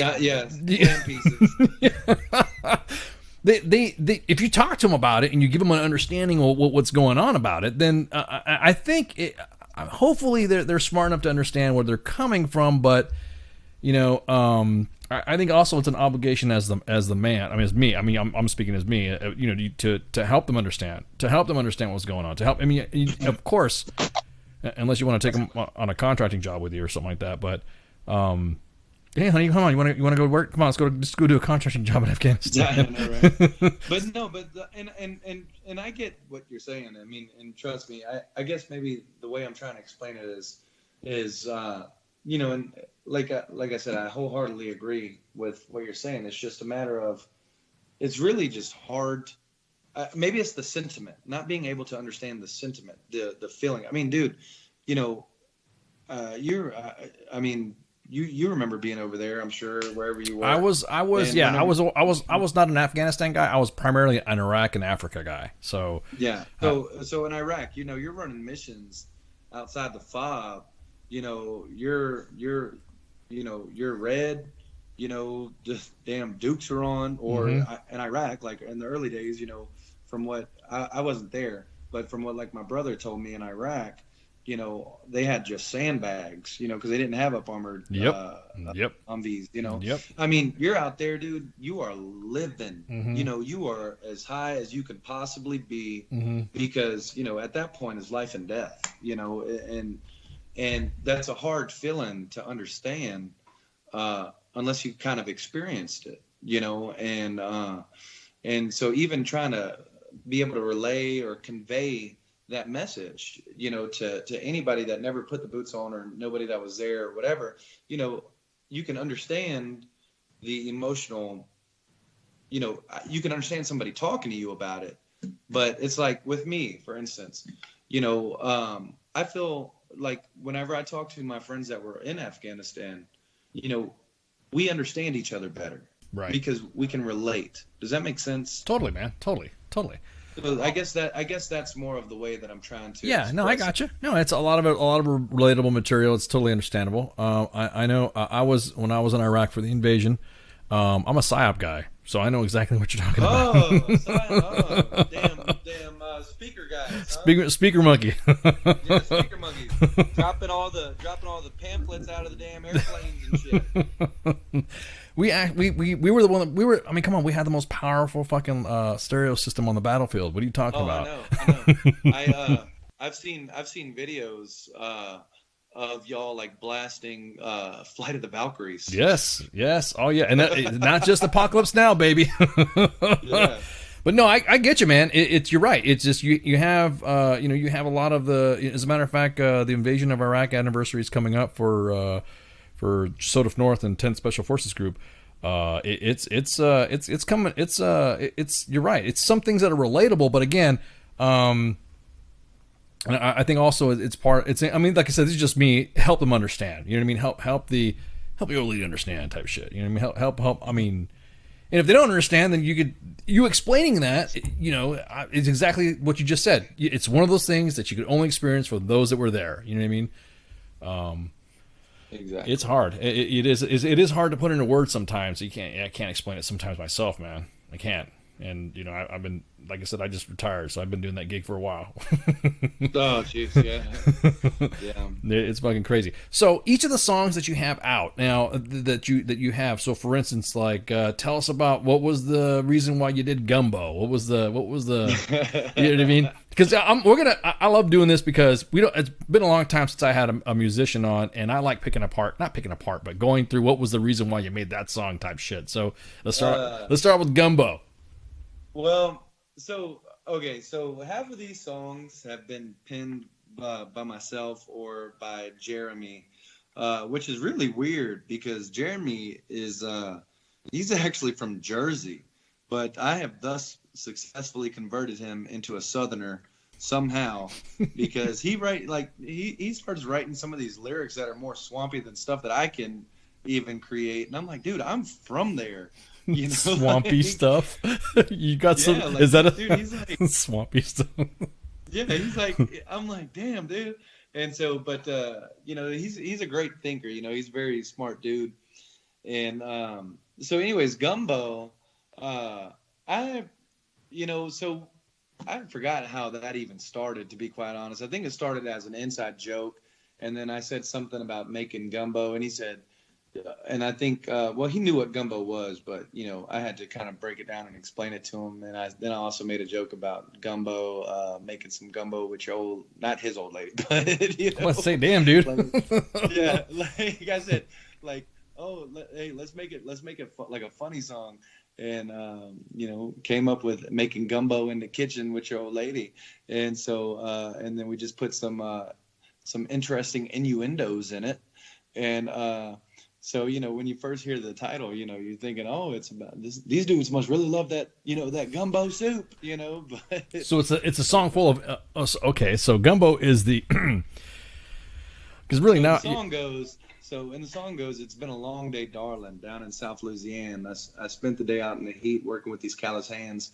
When I get home, I'm hungry. I think you know what I mean, 'cause in the kitchen you were waiting to make some gumbo with me. And then it goes, let's make some gumbo, baby. Make it spicy and make it sweet. Make some gumbo, baby. Daddy's hungry. It's time to eat. Whoa, whoa. That's what I'm talking about. Yeah. Oh, That's dude, some serious yeah. innuendo. And so, oh yeah, it's definitely one of those, and it's gone viral, man. I mean, it's since that song's been out, it's been spun between all the digital platforms, like somewhere around like 30,000 times, I think. Like between iTunes, Spotify, everything like that. It's been crazy. And all right, so people are freaky, man. Okay, yeah, about to say gumbo, dude. Now I want to go back to Louisiana and have some gumbo with Slap Your Mama hot sauce. Oh yeah, because that's the only place because I've been in New Orleans. I've been during the Final Four. And it happened to be the same time Mardi Gras was happening, and I tell you what, the French Quarter, woo, yeah, exactly, woo, exactly. You know, everybody, I tell everybody, because everybody's like, hey, you know, can you tell us about Mardi Gras? Tell us about Mardi Gras, or can you take me back to Mardi Gras? And I'm like, you know, because nobody knows my small little town. My little town's called Walker, and so it's right between Baton Rouge and New Orleans. So Baton Rouge is about 30 minutes from my house, and then New Orleans is about 45 minutes to an hour, depending on how you drive, right across Lake Pontchartrain. And I tell everybody, I'm like, man, I love the city of New Orleans. You know, I consider New Orleans and Baton Rouge home, you know, because those are the two big cities, you know, right next to my little town. Right. But I tell everybody, don't go to everybody needs to go to New Orleans at least once for Mardi Gras in their life. That's fine. Yep. But just to go to New Orleans, I say pick a Monday or a Tuesday, just a random day of the week, and go, and that's when you will really experience New Orleans. Well, see, that's the thing. I was training out in Stennis, and so I was hanging out with a friend of mine in Slidell. And I know Slidell. Yeah, so I used to play ball in Slidell. Yeah, and you know the Pearl River's right there and all that. So great time. And so you know, I was like, hey, you know, I didn't even realize it. At the timing of it, that was the Final Four. I didn't realize the timing of it was Mardi Gras. We were doing some training, and we went to go visit the World War II Museum. Absolutely. And so that was awesome stuff. I mean, that I liked it. And then the weekend was about ready to kick, and they're like, hey, you know, fucking, we got Mardi Gras happening. And I'm like Mardi Gras? Like, is it like some Mardi Gras? And I kept forgetting that we were near fucking New Orleans. I was like, oh shit, like the Mardi Gras. Holy crap, you know? Dude, you're right. It was, like I said, I never ate so good, dude. It was so awesome. Great time. I tell you what, my mama, man, she can cook all that stuff up. She, you know, gumbo, etouffee, jambalaya, everything like that, you know. And so she just bought a little steakhouse back home, back in our little town where we're from, and for their Friday night specials and stuff like that, she puts on all kinds of stuff, man, like blackened catfish, you know, with etouffee on top of it. I mean, it's enough to just right, dude, right, and with your damn grandma, dude. Oh my god! And they had this. I don't know what this sauce that I had, and it was, I wasn't hot anymore. I wasn't cold anymore. Let's put it that way. I had the sauce. It was a Slap Your Mama mix, and it was that black voodoo death of whatever grounded powder of I don't know. And bro, I was sweating the whole freaking time. I could not drink enough beer and booze. Not to say that I didn't mind it, but I could not drink enough to kill the freaking heat from those spices, man. It was awesome jambalaya. Anyways, so gumbo is all about the innuendo. Okay, so kiss my Dixie ass. Oh, hell yeah. Okay. So tell us about Kiss My Dixie Ass. Go for it. Okay. So out here in Arizona, and mind you, I'm a little biased to Louisiana just because that's where I'm from. I was born and raised there. I didn't leave Louisiana till I was grown, and personally, I've been all over the world and seen music played in all over the world, and you got great music in Chicago, you got great music in Nashville, Austin, LA, New York City, everywhere. But I personally think that music started in New Orleans. Some of the most, even the most, the person on the street corner a lot of times can just sing his ass off. Yep. And they just never had a chance. And out here in Arizona, there's a lot of great musicians out here. There's a lot of great musicians, but they're not really into that Southern rock. Tempe, Arizona, had a big movement in the early 90s. You had bands like the Gin Blossoms that came out of here. Then you had the Refreshments, who have now turned into Roger Klein and the Peacemakers, and those dudes are doing their thing. And Roger, he's entrepreneur. He opened up his own tequila company, and and all this other crazy stuff. And he's like the it of Arizona music. And so, anyways, nonetheless, I don't really fall into any of their genres, because, some folks, they don't really use the term Southern rock that much anymore. They now try to classify it as Americana. And I'm like, well, it's not really Americana because it's not like, I hear some music that's Americana and it's like that jangle pop stuff, and I'm like, that's not us, And so then some folks are like, well, it's very roots based, so it's like roots music, and I'm like, okay, I can see that, because I listen to some roots music, but it's Southern rock. It's Skinner mixed with the Doors, mixed with Marshall Tucker and the Allman Brothers. That is the epitome of what that is, and but nonetheless, so we put out our first single. It was called "Take Me Back," and it got a lot of radio play out here, and we were able to open up with a dude that wrote the soundtrack for that HBO show called True Blood. Yeah. You remember that show? Yep. Well, the dude that wrote it used to be in Marilyn Manson's, like, one of Marilyn Manson's side bands, I guess, if you will. I don't know what it, but and they were very popular. It was a band called Godhead. And later on down the years, he went off and became like a rockabilly type guy. So everybody liked the song. So we got to open up for him because they thought it was going to be like the next True Blood song. And but then you had your critics that said, hey, Arizona's not really a place for Southern rock, and it was getting all this radio play and magazine coverage and all that stuff. And, I would just get, some of these messages where it was like, oh, that stuff belongs back in New Orleans, that stuff belongs back in Mississippi, that's not, Arizona's, that's not Arizona style. Oh my So I God. said, you know what? All right. I said, because, I pay attention to everything. I said, you know what? I'm going to write a song and tell y'all how I really feel about y'all's opinion, because, one thing that, my daddy always taught me was, just to say it how it is, and, ain't no sense in bullshitting around with everybody. Right. And so I wrote Kiss My Dixie Ass. And so I wrote all those lyrics on it. And I said, and the first time I performed it, everybody's mouth kind of just dropped open. It was like, holy shit. Right, this dude. Dude's telling everybody just to kiss his ass. Right, nothing wrong with that. It's your shit. That's what I don't understand. Is that it's your music. It's your type of platform. It's your form of expression from where you're from, and everybody likes to. And this is what I hate about when people critique music a lot. is that if it's an expression of the artists where they want to express themselves, and you get to know more about them, and there's a personal story behind a musician when they write a song and they sing it and whatever. So, and it strikes me about Arizona.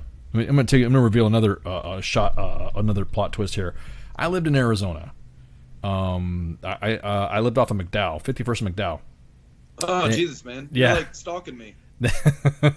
I used to go to the Desert Sky Pavilion concerts when Faith No More and Ozzy, back in the day in the 90s and shit. You know what I mean? So all that stuff that the critics are saying now is, like you said, a horseshit.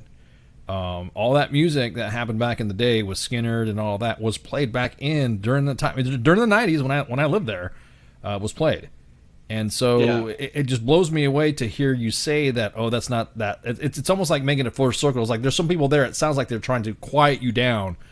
Well, that's exactly what it is. So I'm just going to tell you, the more popular that you get, especially when it comes to writing your own music, the more cutthroat it becomes, because, and that's understand. I mean, that's nature at its finest. It's a dog eat dog world. Right. But,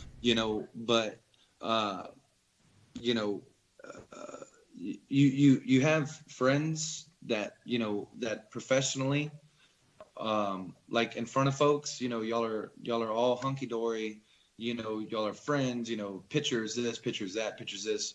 But as soon as you leave that room, they're looking for the next bigger gig or whatever to one up you. This person's not going to give you this contact. This person's not going to give you that contact. Or, you have a clique of musicians, that don't want to let an outsider in, per se. Or, dude, it gets cutthroat, And now, mind you, that's not everybody, but that's a lot of folks. And that's just business, because everybody wants the next big thing. And, I've tried to, remain humble and there's a lot of folks in, smaller, lesser known bands that will be the first to tell you, whenever they were getting started, they would call me, and say, Josh, how did you do this? Or how did you do that? How did you do this? How did you do that? Because, there's enough of the pie to go around, I mean, ain't no sense in being an asshole to people for the sake of being an asshole, because I ain't no diva, Right. That's just how I am, and so that's why. Right. I say I ain't a diva. My band members that are probably listening to this this interview are saying, "Yeah, Josh is a diva." Nothing wrong with that. I mean, well, no, just you're. No, what you're doing is it's your music. It's your you and your bandmates' music. It's what you guys put, blood, sweat, and tears on. And there's no, you know what I mean? So there's no reason why do you have to change your shit because of a critic? I think about all the great rock legends that have been told by critics that this wasn't going to work here, or that wasn't going to work there, or they weren't going to, so not like you were saying, man, that kiss that Dixie, hell, kiss any ass. When it comes to that aspect, trust me, we get enough hate as it is too. We know what it's like about hate. It's like we know the hate. I said, I love living out here in Arizona. I've made a good life for myself out here. And 99.999% of the people are all beautiful, wonderful, hardworking people. But, some of those folks, that were really critical of our single when it first came out, even after all the magazines and radio play and, being able to go do Comedy Central, like I was flown out to be on a documentary on Comedy Central and stuff like that. They said, oh, well, Southern, like different reviews and stuff, obviously. Southern rock doesn't really belong out here, because we got this idea of what music is supposed to be based off of the past. I said, well, you know what? Y'all can kiss my Dixie ass because I ain't changing. Exactly. So, so the next one is Save Me. Oh, God. So my mama ain't too proud of that one. I'll just go ahead and tell y'all that one. Disclaimer right off the bat. So, basically, It was about a girl, and I got in trouble. Went to Mexican jail for like about 6-7 hours. And because okay, so you know what, I got into some guy punched me in the face. What happened was yeah, so some guy punched me in the face, and I'm to defend myself, and so I got out and we started fighting, but because I wasn't a local, I was the one that got in trouble, because hey, we'll get a bribe or whatever, I don't know. And so they put my ass in Mexican jail for like 6 hours, which was terrifying. And my mama had to wire me money to get out of it. And okay, next song. Yeah. Sorry, Mom. I love you. Thank you. Thank you for not letting me rot in Mexican jail for 6 hours and figuring out what a real burrito is. Good looking out, Josh's mom. Appreciate it. Yeah. Appreciate it. We you rock. Thank you, ma'am. Okay, so Swamp. What's Swamp about? All right, so and that's one of them ones that Jeremy, he really pinned majority of that one, and which was surprising, like I said, because he's from right outside of, he's from Jersey, but he's from like right outside of Philly, that whole area. So he's a city boy, and but he's been converted, thank the Lord, and so. And so anyways, so that song, it was basically about heartbreak and about losing your mind. A guy was chasing after a girl, and and he was kind of running out of hope. And so, then he was going to go try to find her, but then, the law got involved. And so he's basically hiding out in the bottom of the swamp. Okay. Is that like a euphemism for depression or something like that, or just like? Yeah, it was like a really dark song. Yeah. And we just kind of made it a little bit more bouncy. Yeah. Than it was necessarily intended to do or intended to be, but how does it go? It goes, I lost my mind, I've lost my sense of self. I have to sing it to remember the dang lyric. Lost my sense of self. I've lost control of my mental health. Yeah, so yeah, okay, he got lost it. Control of his mental health. Yeah, So, okay, got it. So bitches be bugging, and yeah. Roger, drive on. Yeah, exactly. Okay, so yeah, so Take Me Back. What's that? Now that's off. Now this guy came out of the swamp. Now he wants her back. Is that what it is, or he wants to come back? No, Take Me Back was the actual first single that we ever put out. So that was the one that really put us on the map regionally, and that was the one that got a lot of the radio play. And what I was telling you about, whenever people were reviewing it, there was a few critics here and there that was talking about Southern rock not belonging out here. So that was the one that everybody thought was going to be on True Blood.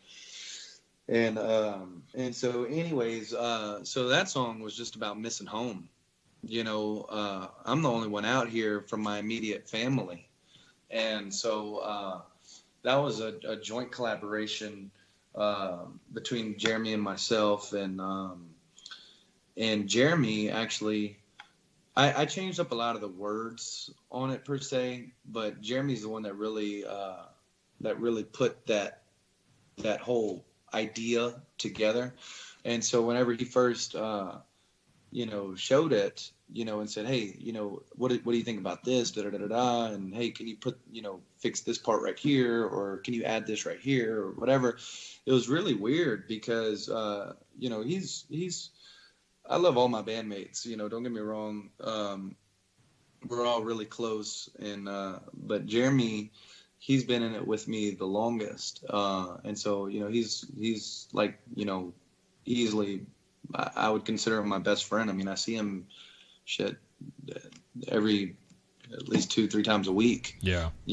And for years now, and so it was really weird listening to that song, because it was like somebody wrote a song about my life. Does that make sense? Yeah. No, I hear you. And so that song was his perception or his idea of how I felt, you know, living out here and how I missed being home, you know, because mama, daddy, brothers, sisters, everybody are all back in Louisiana, you know, and so that's how it came out, and we put it out as a single, and just, you know, it took off like a wildfire, and then we followed it up with the record. Tip them back. It's obviously some drinking some shots there, right? Having fun, partying. That's what that one's all about. I mean, oh yeah, that's a partying song, and so that started out as a dark song too, and then it turned out into a beer drinking song, and then just rocking the hell out, and basically, yeah, the dude's getting drunk pretty much the entire time, trying to make his way back to Bourbon Street so he can go play some kick-ass music, and awesome. He's only got a few more drinks left until he gets there, and then when he gets there, he starts rocking out. That's awesome. So what's the plans for the future, man? I mean, you guys, you're gonna start this tour in March, right? And then what? What's you guys gonna try to cut another album or something like that, or how? Yeah, actually, we got 2 new songs that are unreleased. That we actually displayed them the other day, and we're gonna display them again this weekend, and then obviously have like an official single release party, you know, or whatever. But so we got a couple more songs that we've added to the mix, and you know, we got a lot of big shows coming up. I mean, for the tour, we got a lot of big name bands that we're playing with that we've been fortunate enough to get the opportunity to jam with. Right. You know, and you know, I mean, obviously everybody wants to live the dream. You know, it'd be nice to not have to worry about bills and, you know, be able to play music for a living. But, you know, until that day comes, you know, I'm proud to be a registered nurse. You know, I have a great job. I work with a great group of folks. You know, I'm close with all my, you know, my staff members and my fellow nurses and everybody there, good boss, the whole 9 yards. And, but, you know, my passion is music, you know, and the problem with music is it fluctuates, you know, like 1 minute you can make a lot of money, you know, and then the next minute, you know, they got this other new act coming along. So you always got to make sure you're staying relevant. And so the goal, I guess, in a nutshell would be to, you know, get signed with a big record label, you know, one that's not going to screw you up. Of course. Screw you over. And I, you know, it would be an honor and a privilege to do a USO tour. I'd love to do a USO tour for the Joes. I mean, we'd be more than happy. We'd be more than happy to hang out because we got to capture all this information. We got to record this, dude. We got WTF Nation Radio, U.S. Army WTF almost has to hang out with you, man. We got I want to see you win the Grammy, bro. I want to see you up on that stage. Yeah. Well, dude, if like I was telling you earlier, if the vet community, you know, because the vet community, when the vet community talks, people listen. You know what I'm saying? Because we're strong, you know, and if the vet community can, you know, stand behind one of their own and support me and support us, you know, moving forward, of course, then, you know, the dream of ever getting a Grammy, right. It could be attainable, right? You know, I mean, you know, the possibilities are limitless when you have the right support, right? You know, it's all about the opportunities and the doors versus, you know, like I said, you got homeless people that can sing their ass off, but they never had a chance. Right, exactly, to give them that shot. All right, Josh. Hey, man, thank you so much for joining us. No, hey, thanks for having me, man. It's been a privilege. It's been an honor, and like I told you earlier, you know, I've been following y'all for a long time, and obviously I'm grateful for the opportunity to get a chance to talk to y'all, but more importantly, I'd like to thank y'all for what y'all do because, like I said earlier, y'all increase morale for all the people that are in the suck across the world. You know, I mean, you look at some of y'all's posts and you just laugh your ass off. Or, you know, I remember for a while it was Sergeant Major's watching, you know, Sergeant Major Daily. Yeah. You know, I mean, y'all are hilarious. We appreciate it, man. We appreciate it. Well, hey, you're our credentials, man. Like I said, you're the client. You're the reason why we're doing this. Joshua Strickland from the Bayou Bandits. joining us tonight, and we're going to go ahead and play. We're going to finish the rest of the show playing more of his music. So the next one we were talking about, of course, we got Gumbo and we got Swamp coming up, and then we're going to come back. So stand by, and everyone get some shots. So stand by.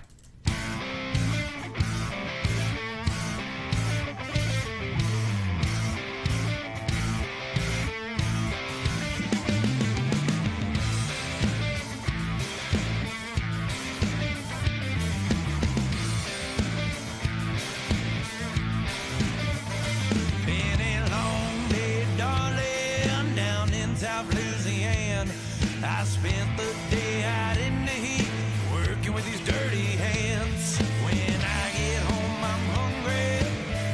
I think you know what that means. 'Cause in the kitchen you are waiting to make that gumbo with me. I love your gumbo, baby. It's so spicy and it's so hot. You really get me going when you're stirring up that pot. When I get home, I'm hungry. I'm hungry for my Cajun queen. 'Cause in the kitchen you are waiting to make that gumbo with me. Let's make some gumbo, baby. Make it spicy, make it sweet. Let's make some gumbo, baby. Daddy's hungry, it's time to eat. Let's make some gumbo, baby. Kettle fire's burning hot. Let's make that gumbo, baby. Here I come, ready or not.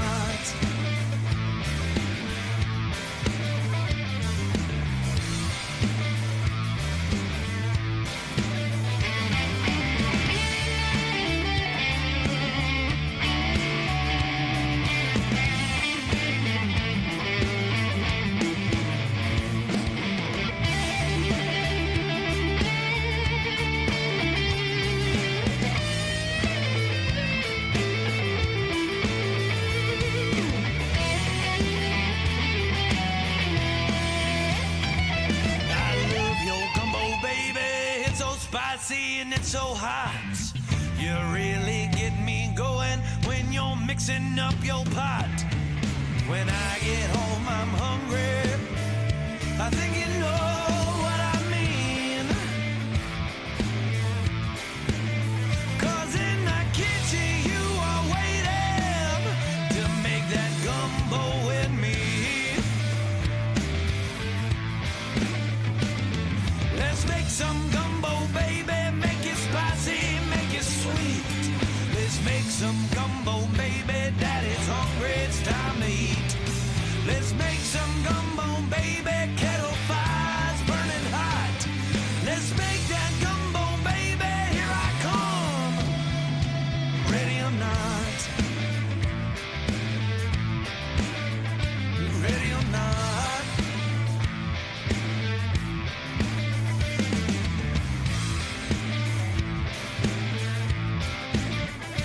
Ready or not.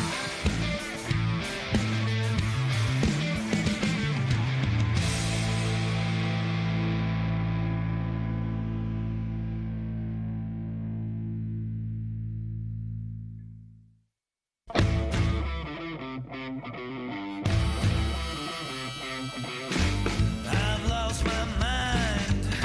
I've lost my sense of self. I've lost control of my poor mental health.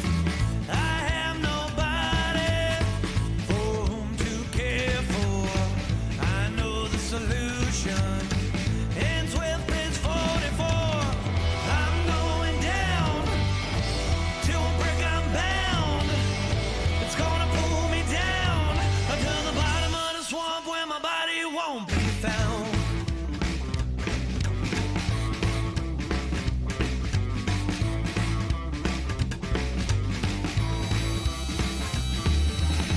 Happiness with a woman with whom love I shared. She's gone away with some other man. I know it's wrong, Lord, it just ain't right.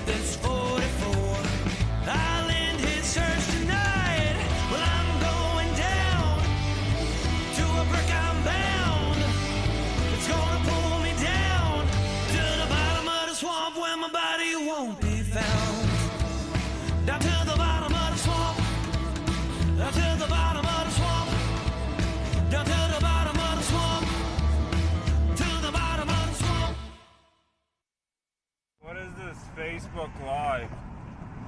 I've never heard of this shit. The voice of U.S. Army, WTF Moments. This is WTF Nation Radio. Everything stated on WTF Nation Radio is to be considered the opinion of the person that stated it, and not an official representation of WTF Nation Radio or U.S. Army WTF Moments. Price does not include tax, title, or license. Some assembly required. Each item sold separately. Batteries not included. Objects in mirror are closer than they appear. If conditions persist, contact a physician. Individual results may vary. Keep out of the reach of children. Avoid prolonged exposure to direct sunlight. Keep in a cool, dark place. And please enjoy the show. Shots. And we're back with the last portion of the Monday edition. Man, I'm hungry now. I'm gonna get some. Flash, why don't you let's go in the kitchen, bro, and let's make this jambalaya, bro. I want some gumbo now. Get some slap your mama sauce and get it knocked out, dude. I'm like that's some good shit. So thank you again, Josh, for coming out and shooting the shit with us. Hey mom, go ahead. Let's get the gumbo started. Okay.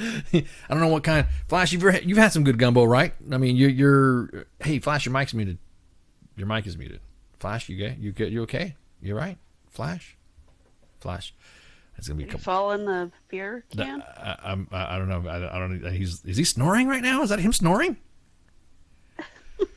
All right. Well, we're gonna sit there and just fuck up the sports page right now, Flash. And we just since you just want to go ahead and cut out, we're just gonna go ahead and yep. Okay, so we're gonna start making fun of sports. We're gonna have to start. We're gonna say that the Yankees suck and all this other stuff. Waiting for Flash. It's gonna take a few. Should have been a magic word. What is it? Was there some sort of like Beetlejuice, something like that? We gotta play for Flash to play come. 3 times, like Yankees suck 3 times. Knicks suck, Mets suck, Yankees suck. Flash, where you at, dude? Oh, something's up. He's out. Anyways, so Josh Strickland, thank you very much again for joining us from the Bayou Bandits. And then he said something about some stuff that about the Daily Show, and we didn't have enough time. But he was featured. The band was featured in a documentary with Jordan Klepper from the Daily Show on Comedy Central. So. He's in numerous magazine publications. It's going to get posted up. As a matter of fact, I'll go ahead and drop the Bayou Bandits webpage so that way you guys can jump on. I think he did fall asleep. I did not. Oh, where the fuck we were, dude? Oh, he's alive. Getting a new beer. Oh, that's what it was. See, I knew it. See, as soon as we started making fun of, as soon as we started, like, hurry up and go get a beer. I was like, I'm going to go get a beer. Oh, so you actually, dude, I was just like being okay, whatever. I had to take that shit literal. You said 3 minutes. I was back in 3.5. Yeah, go figure. Yeah. I'm gonna go ahead and drop the link in the main page chat, and then I'll drop the link in the all the other chats. You don't have to worry about. Hey, mom, you don't have to worry about that. I got this. I have control. I have control as all the chats. All the chats are good. There you go. Bam. That's their website. So the Bayou Bandits website. You'll see it come on there. See, I doubled it. So there you go. It's been doubled. At any rate. So sports page. Hey, pretty interesting stuff happening on sports page with the Astros, right? What's going on? I mean, what's this now? So the Astros. There's some people that are clowning on the Astros now, Flash, and they're taking no pun intended. The security's taking their signs. So as you know, we've gone finally into spring training. The first spring training games happened over the weekend. Not a lot of fun, not a lot of starters usually start in the beginning of these spring trainings, like we kind of talked about last time. That a lot of the spring training is not for the veterans. The veterans kind of loosen up and they get ready, but it's mostly the tryout, future stars and prospects, people who will eventually hopefully make it to the big leagues, but those who are kind of being tested to see if they're ready or not, or being evaluated before they head back to their respective minor league teams and begin the season there, which usually doesn't start until mid-April when Major League Baseball starts just near the end of March. So that's the kind of the difference. That's what's going on right now. Yes, Astros are still the big talk. Lots of talk whether Manfred, the commissioner of baseball, whether he's going to take away the World Series win, stuff like that. And new information came out about why none of the Astro players who had pretty much admitted during their conversations with the commissioner's investigation that they cheated, why they were disciplined. A lot of players are really pissed off about this, even so much that Aaron Judge spoke out. Mike Trout, who's one of the classiest guys in baseball right now, speaking out, and even Derek Jeter today speaking out, saying this is a black eye for Major League Baseball. Apparently, it was something that was done with the Baseball Players Association, which is like the most powerful sports union in sports right now. Apparently, in order for the commissioner to actually even start this investigation, they said there has to be immunity for any of the players, or they won't talk to you. Because of that, no players were disciplined. Wait. Hang on. So the players are now asking for immunity for something that they could be possibly involved with. Is that what you're saying? So when the whole thing started and the investigation started, the union straight up said because their job is to, they pay these dues and stuff like that to be part of this union. But the union's there to protect them. So they said, hey, you can't talk to these players unless you grant them immunity. So Major League Baseball didn't know what they're going to get. At the time, there was speculation. There's a lot of speculation that led into the investigation, but it wasn't until the players even kind of, corroborated a lot of the information they already got before everything came to a head. And so a lot of people are pissed off, and it's funny because you have and then Major League and then the Players Association is trying to throw blame back on the commissioner about who's responsible for what. It's a lot of back and forth with the top guys. A lot of people feel like the commissioner is going to resign or the owners are going to lose faith in him. But then you also have a problem as the baseball union that you have 93% of your baseball players who are pissed off that they all of them were cheated out of a World Series. Right, but then the players, the union's protecting 4% of baseball instead of the other part. So right, it's a whole shindig. No, it's they're on the pockets, dude. They're on their pockets. I'm just saying they're on their pockets. I tell you what, it's all interesting. I tell you what, you let Pete Rose remove the ban from baseball, and then I won't give a shit. But other than that, then forget it. You know what I mean? Other than that, you won't let Pete Rose be in the Hall of Fame, and he has a lifetime ban. Then I don't care. I mean, bullshit. Which is bullshit. 100% say that as a diehard baseball fan. Pete Rose's ban is bullshit. The man betted, but he always betted on his team to win. So he never took a dive or anything like that. But we have all this stuff going on with everything with the Astros. I think honestly, Pete Rose's ban should be lifted, and he should be allowed in the Hall of Fame because he was awesome. Yep. But moving past all that, we made it to spring training. Yes, they're sign stealing already. It's only preseason, and the Astros are already stealing signs. But the signs are not like what you would think. The signs are actual signs. Yes, at the first preseason game for the Astros, a couple of enthusiastic fans had a sign that said Houston and then had an asterisk on there. Those signs were quickly removed, with the authorities saying that there's no signs allowed during these preseason games, which is kind of bullshit. It's bullshit already. Yeah. There's funny videos of. Because when I first saw it, I was like, what? Like, what do you mean they're stealing signs? And then when I saw the video, they're actually taking the signs from them. Altuve, actually, like I said, the first couple of spring training games, your stars aren't out there. Usually it's just like maybe it's a couple of your pitchers, and then it's like the younger guys just giving a chance to get some reps, and for the head coaches to the coaches to get a chance to actually see them in action. Altuve finally took the mound, went to the plate today. Where he was greeted with many, many, many boos, including getting a hit by pitch during his first at bat. It wasn't intentional. Honestly, the intention, usually the guys throwing at him are the number 4 or 5 starter, kind of starting it off. It was a dinky little and just kind of like hit his feet. I expect Altuve to be one of many to get plunked during the regular season. So that's going on right now. Luckily, there's no major injuries. Garrett Cole, the biggest free agent signing of baseball this year, took the mound for the New York Yankees today and struck out 2 in his first inning of pitching. Only did the one look good. A lot of teams, no major injuries. That's the only problem with this spring training is sometimes needless injuries happen. But Manny Machado playing for the Padres looked really good, hitting a nice dinger to left field. I think it was yesterday. So baseball, man, we're getting close. It's good. It's kind of seeing where things are shaping up.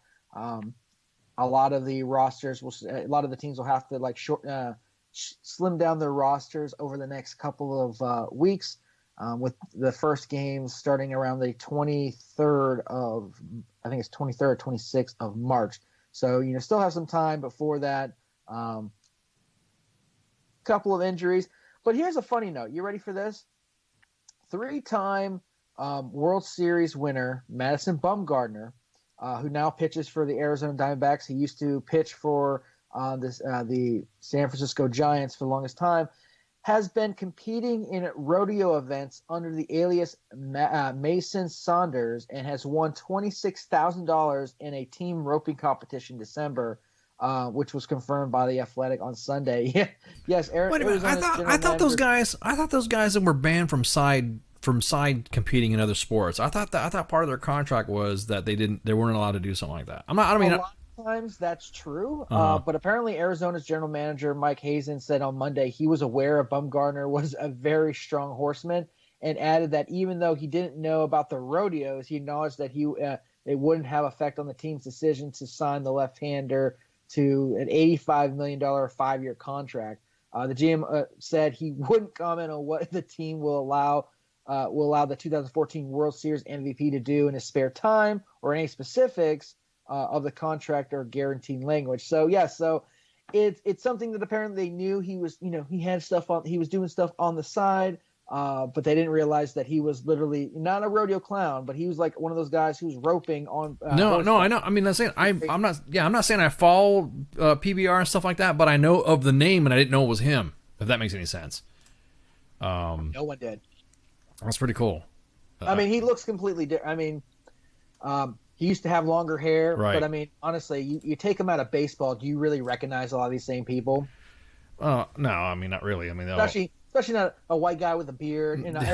It's like and a mullet. It's like every cowboy is a white guy with a beard and a mullet. And a mullet. Yeah. Mullet. Oh, so man. But they're not. He's not getting fined or hammered away or anything. I'm sure they're like, hey, look, we want to be competitive this year, so please don't do it so much. And for God's sake. I'd be surprised he's a rodeo clown. Well, I was about to say, what if he was like, that's what I'm saying. There was another sport where you couldn't. I know it was baseball that you could not be in other side gigs like that because a lot of times it just really depends on the contract. Okay. And most contracts will stipulate stuff like that because they want to protect their investment. But not every contract's the same, and he might have been doing it without their knowledge, and now they're like, okay, now that we know, please stop doing that. Right. So moving on to other parts of sports, here's a sad piece today. The world remember Kobe Bryant and his daughter Gianna in a memorial. Vanessa Bryant offered a poignant portrait of her NBA superstar husband and their daughter today at the sold-out memorial service for the two who were among the 9 people killed last month in the tragic helicopter crash in Los Angeles. They were at the Staples Center. Beyonce actually, kicked it off. Speaking at times through tears, Vanessa praised Kobe Bryant's devotion, calling him the MVP of girls' dads, as she addressed the 20,000 fans gathered at the Staples Center to remember Bryant and Gianna, who Gianna was 13, which is extremely sad. It hurts my heart a little. The service took place downtown arena where Bryant played pretty much all of his career. Actually, all of his career. Let me correct myself. Played all his career with the Los Angeles Lakers for the 17 seasons of his 2-decade NBA career. Quite a career. The ceremony began with Beyonce performing her song XO and Halo. After Jimmy Kimmel welcomed the crowd, Vanessa Bryant remembered her the family's life with Gianna, describing her as a sweet, thoughtful soul who loved always kissing her mother good morning and good night.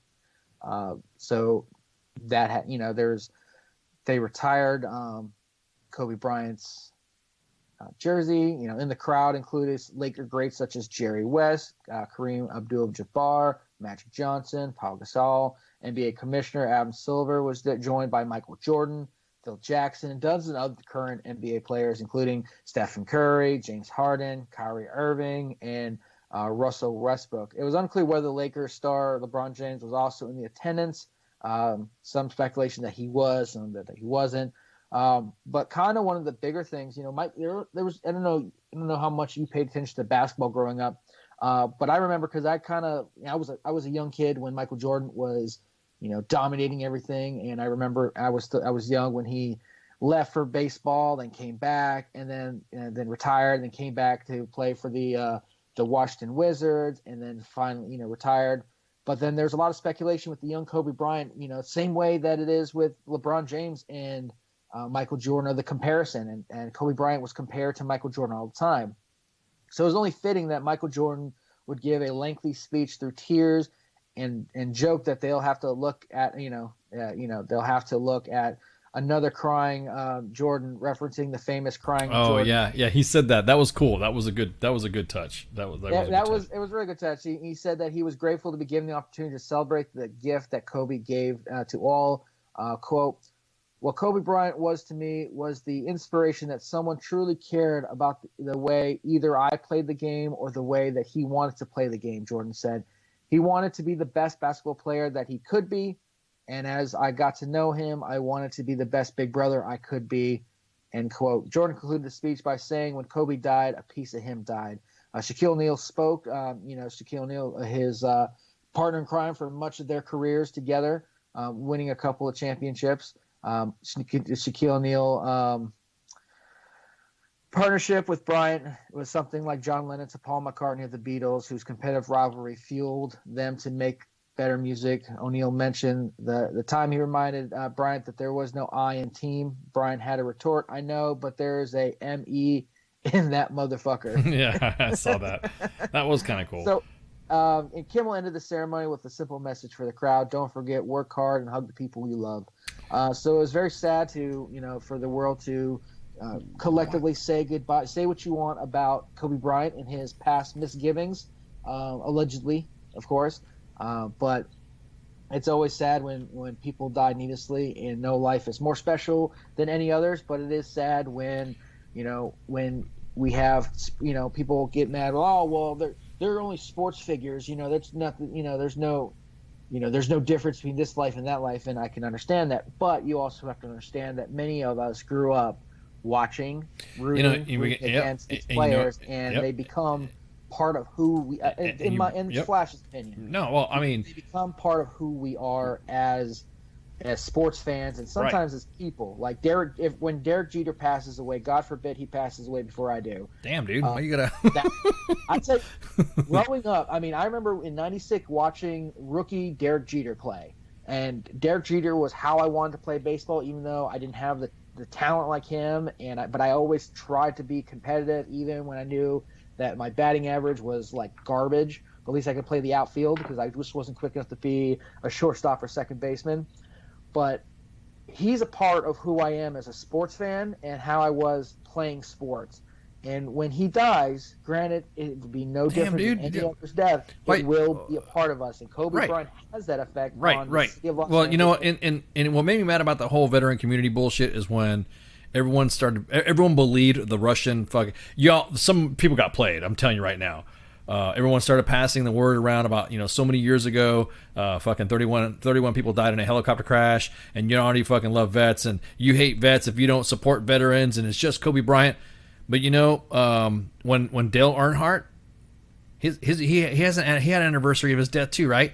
Not see one fucking post about anybody saying, what's his name? When fucking that dude got in a car accident at Daytona, everyone's like, Dale's watching over him and Dale's this. I did not see one fucking post of somebody getting killed. Hypocrisy of people. It is, dude. No, I'm saying you did not see one single post about a veteran or soldiers getting killed, which there was. There was a soldier that got killed, a non-combat accident, a fatality downrange, and nobody, because Dale, they want to disrespect Dale, right? Dale, praise Dale. And so you're right. It was the hypocrisy of that just pissed me off. It just, I'm like, dudes, really?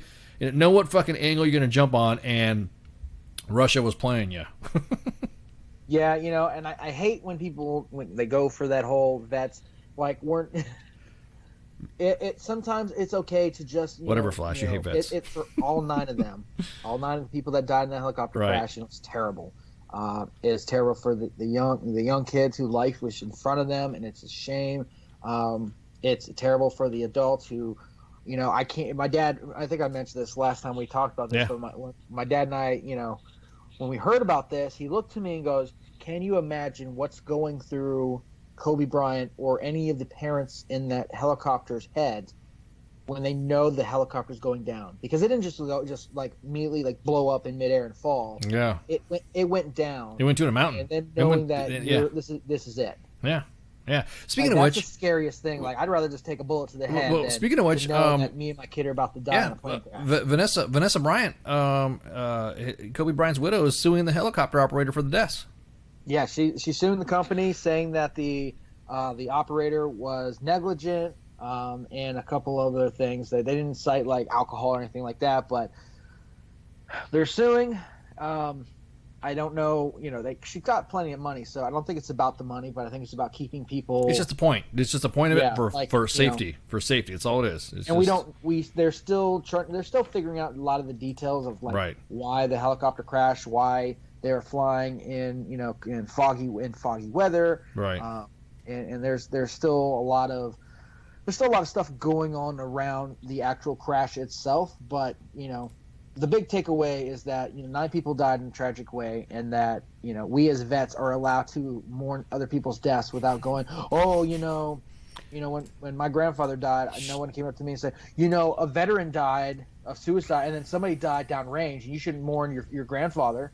Yeah, whatever, Flash. You hate vets. Yes, that's exactly what that is. You hate. Why you gotta hate vets, Flash? Well, I can't help it. I hate it.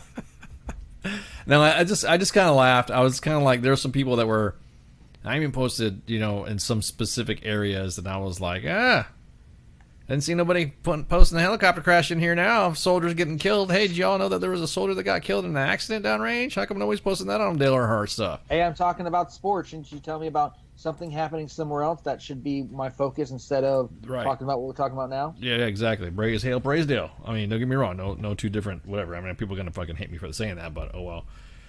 I'm sorry. Go ahead. I didn't mean to cut you off. Continue. No, you're fine. We're switching over. Let's switch over because we will talk about probably one of the rare occasions that'll happen. Let's talk about NASCAR. Yeah, dude. We had the Daytona 500 kicked off the NASCAR season. You're such a non-NASCAR fan. I could tell. We had the circular thing where vehicles drove around at high speeds. They called left turns. Actually, I won't lie. I actually watch NASCAR quite a bit. I just don't talk about it very much because people look at me funny. But in the Daytona 500, in the restart, because they got rained out on Sunday after being, I think it was only 40 laps away from the finish. Just too much rain came by, and they had to do a restart on Monday. We had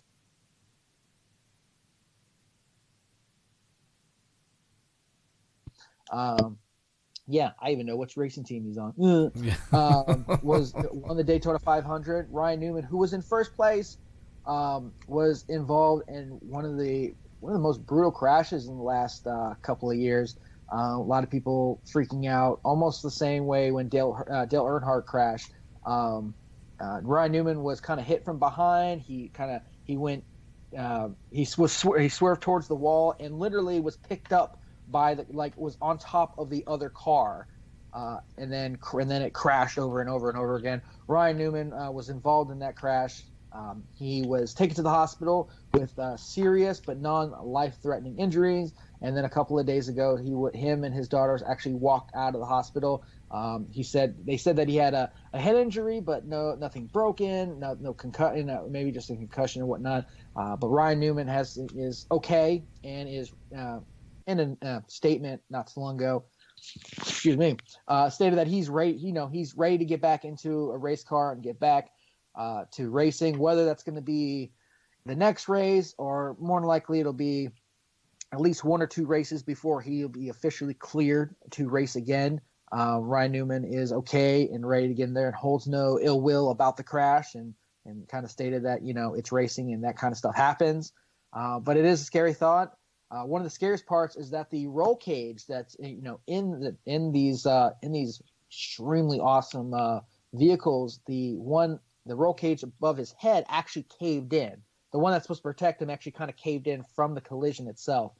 So it's honestly a miracle that he's okay, but he's okay. So we're happy for Ryan Newman, and they'll get ready for the next race this Sunday.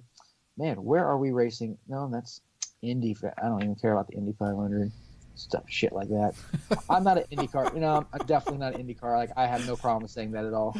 Let's see. So, that was 13th. The 23rd. Nope, that was yesterday. March 1st. So the NASCAR, they'll be in California at the Auto Club Speedway. So that'll be this Sunday. Race kicks off at 3:30 p.m. Hopefully they don't have rain. That was the big problem with Daytona 500, just the rain kept coming. And they're like, okay, we're going to start. And rain came. They had to stop and clean it up and all that good shit. But it happens. Do you have a favorite driver? As I switch to my next topic. No. When I was younger, we had a Rusty Wallace. Was because he had this baller ass Miller Genuine Draft car, and the reason why I thought it was cool was because he had a commercial with MGD, and it was his car. It was rolling through the freaking track, running really crazy, and then there's smoke on the track, and then he wants to clear, and you can hear fighter pilot talk, and then the next thing you know, he breaks through the fucking smoke in his car and comes out as a jet fighter, and it had Miller Genuine Draft all over it. I just thought that was badass. I like marketing shit like that anyway. So to me, ever since then, it was kind of like, oh, that's pretty cool. And then I'm fucking bandwagon jumping on the goddamn Miller Genuine Draft.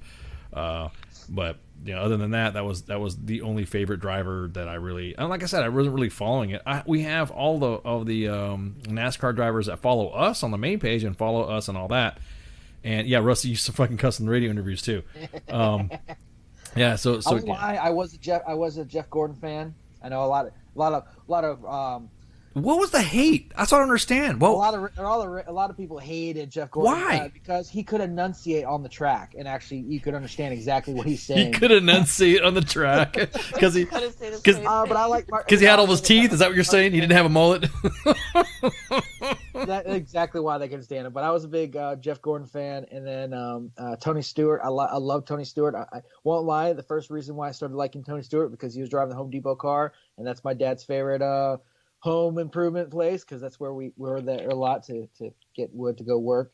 I love Tony Stewart's brazen, just fuck you attitude, which resonated with me. Right. And then over the last 2 years, I've become quite the Denny Hamlin fan, which is good because when I started liking him, he wasn't really winning any races. So over the last couple of years, he has been. So I'm like, yes, I caught on the right time. So I'm not a bandwagon person. So I do like Denny Hamlin.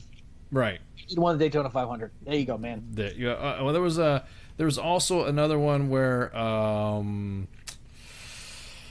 what was the who was it? I also like his teammate Martin Truex Jr., who's quite a bit older than Denny Hamlin, but I'll tell you what, he's a good racer. So what? That's what I'm saying. He was a threat to Dale. Is that what it was? Raise hell, praise Dale. That's why nobody liked Jeff Gordon because I mean everyone was throwing just mad shit at the kid. That's the reason why Dale Jr. didn't win as many races as he could have. But what does that have to do with anything? I mean, is that real? Is that for real or something like that? Because Jeff Gordon, whether it's just how the vehicle, because while there's certain specs to all these vehicles. Actually, it's funny enough. Denny Hamlin actually failed the inspection to his vehicle and got dropped back to dead last, which is crazy. And that's how crazy NASCAR can be when just actually the end of his whole team. Because while it's an individual race, they are they have their teams, the kind of thing. Right. And they actually all jump back to the from behind to the last part of the line, and actually all of them came back up, drafting off each other to get themselves into good position to race, which was kind of fun.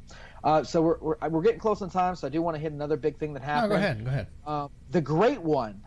If you don't know who I'm talking about, we're switching over to hockey. The great one, known as Wayne Gretzky, holds the NHL record of 894 goals in a career.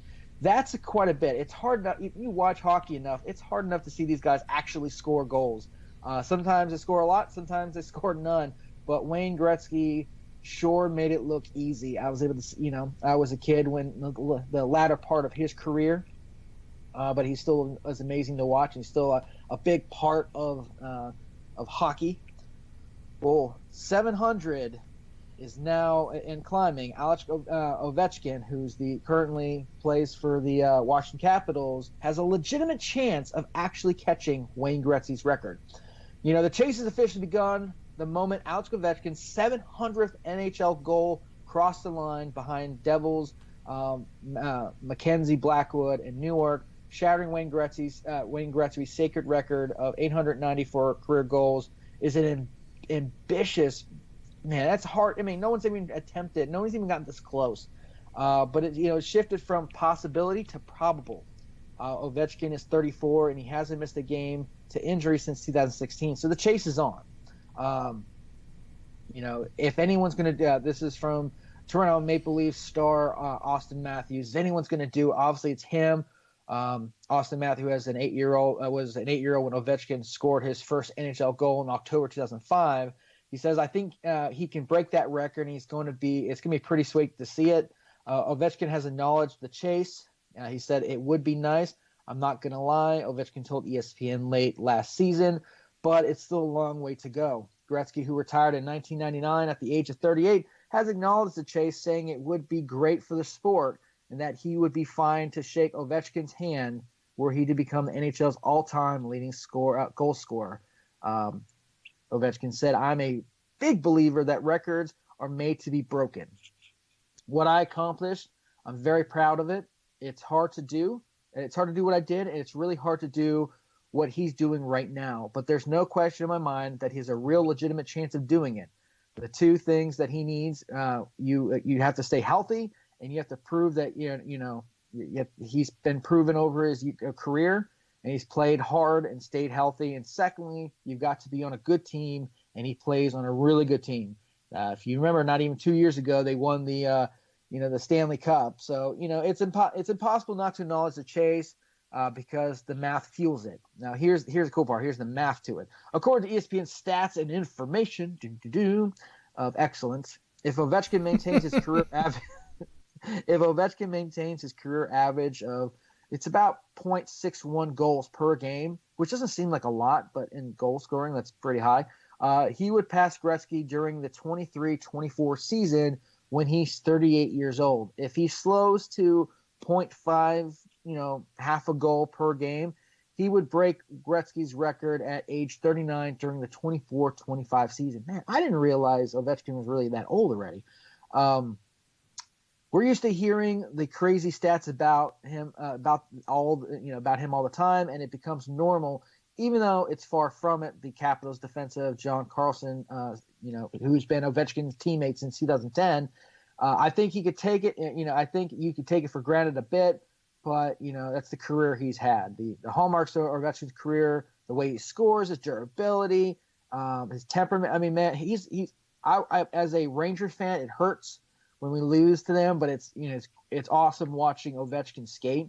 And he's had some of the best goal. He's been one of the best goal scorers in NHL history, and he's convinced a lot of them that he can break Gretzky's record. So we're still plenty of years away from, there's still a lot of goals to go, but it'll be interesting seeing in the next couple of years whether he can, weather the storm, stay healthy, and break that record. Oh, I was corrected. Yeah, it was Bobby Rahal. I'm sorry. The Miller Genuine Draft commercial. Thanks, Olds. Family member sent me a PM. No, man, it was Bobby Rahal for me, because we used to watch Indy and Formula One and stuff when I was growing up. So it was Rusty Wallace. Yeah, that's right. So it was the Miller Genuine Draft team that had Rusty Wallace, Bobby Rahal, and then it also had the Big Daddy Don Garlitz too. we were big racing fan, freaking monster trucks, drag racing. So it was Bobby Rahal. Thank you. Appreciate, guys, excuse me. Shit, I'll fucking. So I do have some additional news.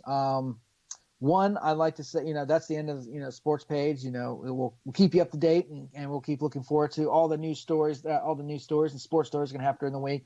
But James Laporta, a friend of the show, and he's been on our shows, I think, twice. Yeah, I think it's been like 3-4 times. Yeah. So he tweeted today, at a personal note, I resigned from serving as a senior correspondent for Newsweek, where I covered national security and military affairs. I have a few things on the horizon where my job will remain the same: to serve the governed, not the governors, as Justice Hugo Black put it. So it looks like James Laporta is moving on from Newsweek, and we look forward to seeing what's going to happen with James, who's a friend of the show, and he's a great person to talk to and get the current what's happening and all the dirt on what's going on everywhere. That's crazy, dude. Yeah, I know that just came. I'm looking at the Twitterage right now. Damn, dude. I wonder what's going on. I wonder what he's doing. I'm sure maybe he's got something new on the horizon. Maybe he's just trying to change it up. Right. Maybe he's got a new really cool job lined up. Right, dude. What about the XFL? You know what? You're 100% right. What about the XFL? Go for it. Why have I not been covering the XFL? Why? Because because I've been jaded so much of the XFL over the last couple of decades of Vince McMahon going to make a sport, make a football league that's going to rival the NFL, and I'm still, maybe I'm jaded from that. So I'll make. I'm not upset the Chiefs won. It was a win-win situation for me. I was happy the Chiefs won. I would have been happy if the 49ers won. I was happy that the Patriots were in it and the Cowboys weren't even in the playoffs. I will make sure that I cover the XFL next week. I haven't even tried to keep track of it. It's a football league that you have a lot of these stars that just couldn't, I won't say couldn't make the NFL. Some of them just never got a chance to be in the NFL. Right. One of the quarterbacks actually was a quarterback for the Georgia Bulldogs, who I always wondered what happened to him, but he's now starting quarterback for, football leagues, the XFL. So the XFL is a football league. It's got a lot of the same attributes. It's just the rules are different. It's like football that it used to be, where you're actually allowed to hit each other, and a lot of these safety rules that the NFL deemed were supremely necessary that kind of make the game a little boring are not there in the XFL, and a lot of people are actually starting to come to terms with, hey, this actually might kick off this year. The other times the XFL has tried to kick off, I think it only lasted maybe a season or two and then kind of died a horrible death. But this has been revived, and a lot of people saying this has been extremely exciting. Weirdly enough, the DC Defenders are 2-1. They face their Tampa Bay team, who's 0-3. Another Dallas. Oh my God, they have a Dallas team that's 2-1. I'm sure they'll put Tony Romo on that team. They'll fuck it up. But here's the big difference. I will say, because I know we're near the end of the show. I will say the XFL. This is the first time I really remember the XFL being on mainstream channels. The LA-New York game that's happening on Saturday at 2 p.m. is actually going to be on ABC. Seattle and St. Louis, it's a 5 o'clock game. For Saturday, it's going to be on Fox. On Sunday, of Houston versus Dallas is going to be on Fox Sport 1. And then on Sunday on ESPN2, we have DC versus Tampa Bay. And I think maybe that's what the difference is that you have these mainstream channels, these big channels actually picking up the sport and testing it out. So maybe it's just some magic of Vince McMahon and magic of how they're doing the third XFL. But Phil, I will make sure that I add them to what we talk about. Right. But I've heard some good things, and there was and Phil brought up something that I did see, that there was a little girl who said I would had a sign. It was near the end zone. It said I had a sign that said I will trade a box. I think it was a box of Thin Mints or Girl Scout cookies for a football, and one of the players came by and ran and was able to get that box of cookies because he's a big boy and probably ate it all in one sitting. That's what I'm talking about. That For feel good football. stories So and it's a stuff lot like more that. it's a lot more fan friendly, Right.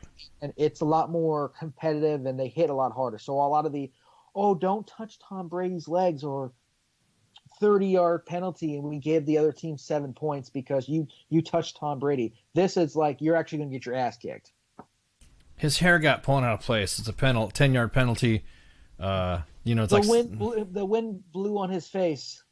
10-yard penalty, repeat first down. Repeat first down, exactly. Somebody just dropped me the link to that video. Thanks, fam. I have family members that listen to the show, and I will hang on. I will play that video. It's adorable. No, not that video. I'm talking about the Miller Jr. draft commercial with Bobby Rahal. Oh, shit, we're still on that. No, because everyone wants to ask me about it, so I think it's fucking funny. I think it's it was made in 1992. When were you born, Flash? Way before, a little bit before that. Okay, yeah, a little bit before that. Like 5 years before that. Anyways, I'm just gonna go back. Real quick, what happened? Wait, there was a hockey event that happened. There was like a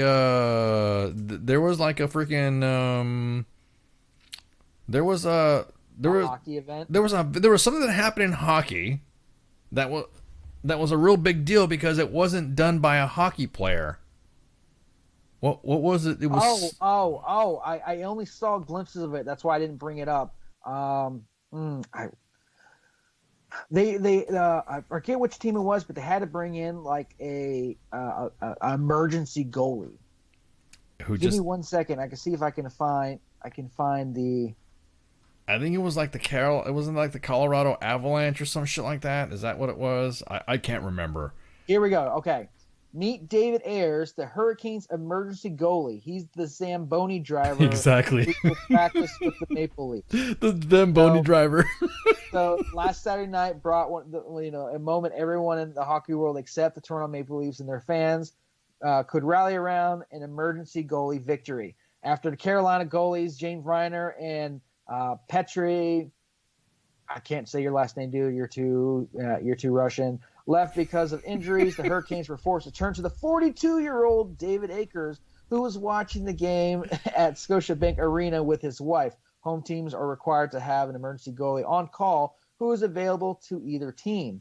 Ayers entered in the middle of the second period after the Russian dude went down. Even though he allowed 2 goals on the first 2 shots against Ayers, he made the next 8 stops to preserve the 6-3 win. And guess what? He got paid $500 per a tryout agreement contract and was allowed to keep the jersey. And that was just one part of this feel-good story. Here's some other things. So he was born in Ontario. He works for the Maple Leafs organization. He's a Zamboni driver. According to Fox Sports Carolina, he's also the maintenance man at the Marlies Arena and Coca-Cola Coliseum. That's crazy, dude. That He's is also crazy. been a practice goalie with the Leafs and Marlies, which I think is a smaller team, for the last 8 years. In fact, That's awesome. Ayers will be practicing with the Leafs at 12:30 on Sunday, just in case they need him again. And here's another kicker. He went through a kidney transplant 15 years ago and never thought he'd get a chance to play hockey again for the moment. And his shirt is on sale. Immediately after the game, the Hurricanes made Ayers' shirts available for sale, $28. Then later tweeted that Ayers will be profiting off the shirts and that they would also donate proceeds to a kidney foundation. That's so awesome. Good job, Carolina Hurricanes, for taking a really good story and continuing the love and giving him the money that, because, man, you definitely weren't paying those other guys like $500. That's awesome. No, that's like $1,000 per game. Right, exactly. No, we can't post it because it's got probably possible copyright stuff. Sorry, guys. We'll probably post it on the page. I don't want to fuck up this broadcast, so I'll probably post it on the it'll probably get posted up on the radio page. The Miller Genuine Draft commercial. So that was a pretty cool commercial. And even better, he actually when they won the game, he he was greeted in the locker room with a shower of beers to celebrate his victory, and actually getting a win as the emergency goalie. So hey, Akers, or Ayers, David Ayers, congratulations to you. You're my favorite hockey player right now. Congratulations. That's awesome. Well, shit. We still have scheduled for March. We'll go ahead and just do some housekeeping. We had Joshua Strickland from the Bayou Bandits tonight, and all the music that you've been hearing tonight has been, with the exception of some of the bumper music where I've come back and said, like my standard, Ice Cube and Parliament, have all been by the Bayou Bandits, and so you're going to be listening to the music all the way to closing. No space for a song, of course, and then we will be able to have all the other videos and music play. So really, I think March. We got some stuff changing around. There's some generals that are going to come on in March, and so right now we don't. The Army G1 is still scheduled, somewhat, kind of, maybe, possibly happening. I don't know. So stay tuned to that. We have a show now on Tuesdays, Pop Culture Warrior with CQ Michael Carrasquillo. This is pretty cool. He is now going to be talking about all the stuff that's all Hollywood and all that. So I'm pretty sure all the stories that have to do with Harvey Weinstein. But that bum who hope rots in jail. Yeah. But the thing is that, yeah, I'll wait for him. I was like, oh, I want to say something. But I'm excited. New show. New format, new host, and then Wednesday's a break. Thursday Sergeant's time, and then Friday, Saturday, are some other times off. Don't worry, those slots are looking to get filled out too. And then then we got Sunday kicking with Cause with Al and Cause, and then back to Monday. So it's weird to have kind of like a show in there and all that, broadcasting live on 15 different platforms, 12 different platforms. We just got so many platforms now, it's unreal. Broadcasting live and podcasted as well. So Paul from Nepal and the dude from Taipei, y'all in like that coronavirus stuff out there, so be careful. Don't keep us posted. Let us know what's going on. Did you say Epstein didn't kill himself? Yeah, I think Weinstein didn't kill himself either, because everyone's like wondering what. He's freaking out. He's I said I'm not going to ruin. I'm going to let. Oh, since CQ. You mentioned Epstein, apparently there's a float at Mardi Gras that actually has Hillary Clinton like choking out Epstein. Right. God bless people. God, I love you guys down in Louisiana. Oh man. I will. I'll close it out with some of the rest of the music from Bayou Bandits. So the song that he was talking about was "Kiss My Dixie Ass." And Save Me. So that'll be the music that'll close us out for the rest of the show. Thank you all again for hanging out with us on this Monday edition with myself, Ice and Flash, and you all have a good night. Shouts.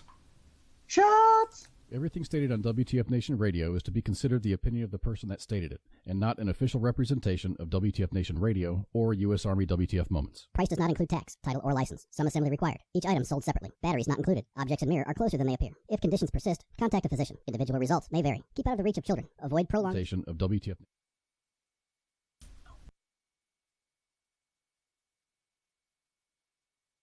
Hey, real quick, I forgot to say something. I didn't mean. I just want to give a shout out right quick to a soldier out there, and he was buried in Jones County, Mississippi today, and his name is Corporal Zach Holloway. He was a soldier from Fort Stewart and died in an accident, and he was buried today back home in Jones County, Mississippi. So I just wanted to give a shout out, and rest in peace, bud. Valhalla. Yeah. So y'all have a good night and take it easy. Shots.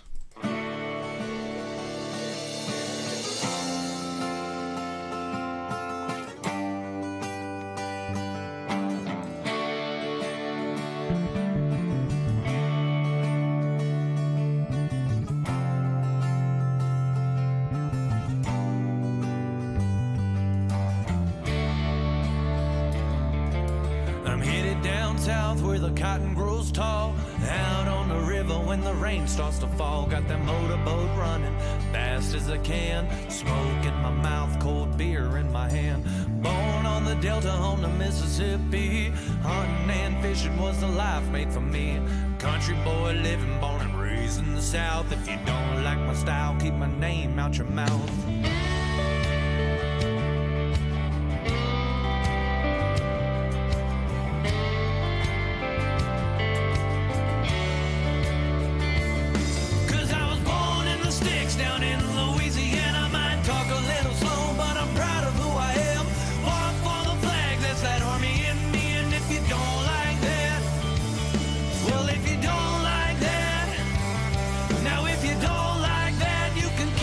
Dixie ass.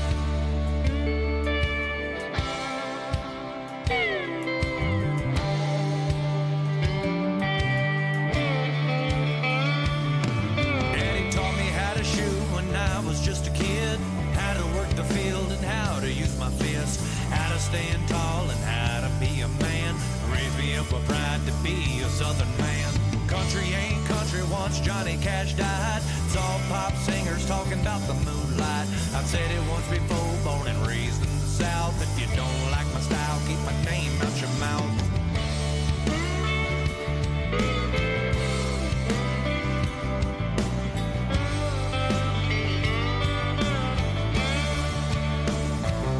Cause I was born in the sticks down in Louisiana. Might talk a little slow, but I'm proud of who I am. Fought for the flag, that's that rebel in me. And if you don't like that, now if you don't like that, now if you don't like that, you can kiss my Dixie ass. That's right.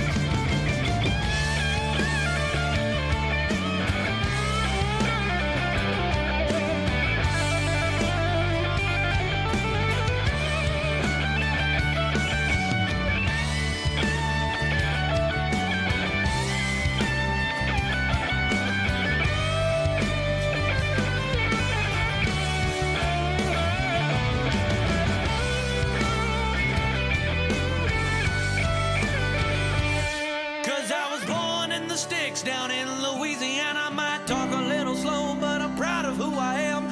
Fought for the flag, that's that army in me. And if you don't like that, well, if you don't like that, now if you don't like that, you can kiss my Dixie ass.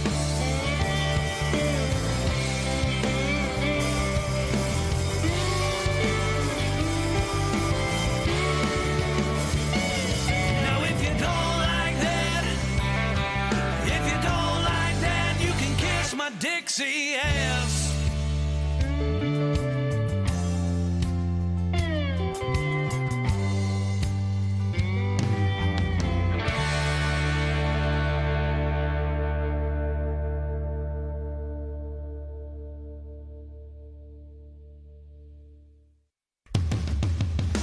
Hello mama, hello daddy, I've got something that I've never said before. Went down south of the border, now life it's got a little harder for me.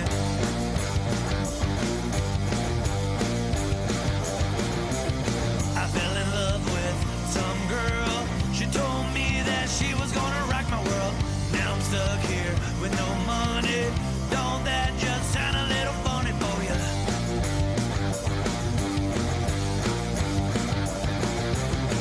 Well, her name was Maria. She told me she was always by my side. Went home one evening, she was with another man, he tried to run and hide. I pulled out my 45, I told them that I was gonna take their life. Now I'm stuck here on the run, I don't know the animal I have become, so won't you save me? Save me! Won't you save me? Save me! Won't you save me? Save me! Won't you please put me out of my little misery?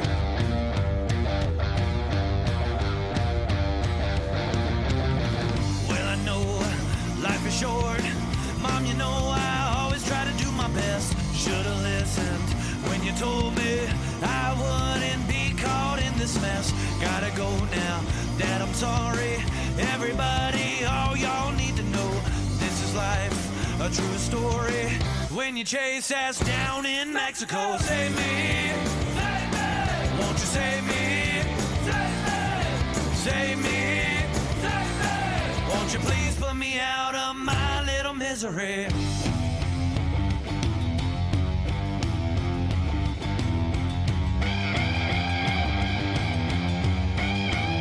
Won't you save me? Save me. Won't you save me? Save me. Won't you save me? Save me. Won't you please put me out of my little misery? Good evening, boys and girls. This is Tim Kennedy. I'm a Special Forces sniper, a Ranger qualified Green Beret, a UFC fighter. Please listen to us and the shenanigans that we're going to say. We will insult you. There will be racial slurs. We will be sexist. We will offend you. But there will be magic, and a unicorn will be raped. So enjoy the show. Thank you for listening on WTF Nation Radio.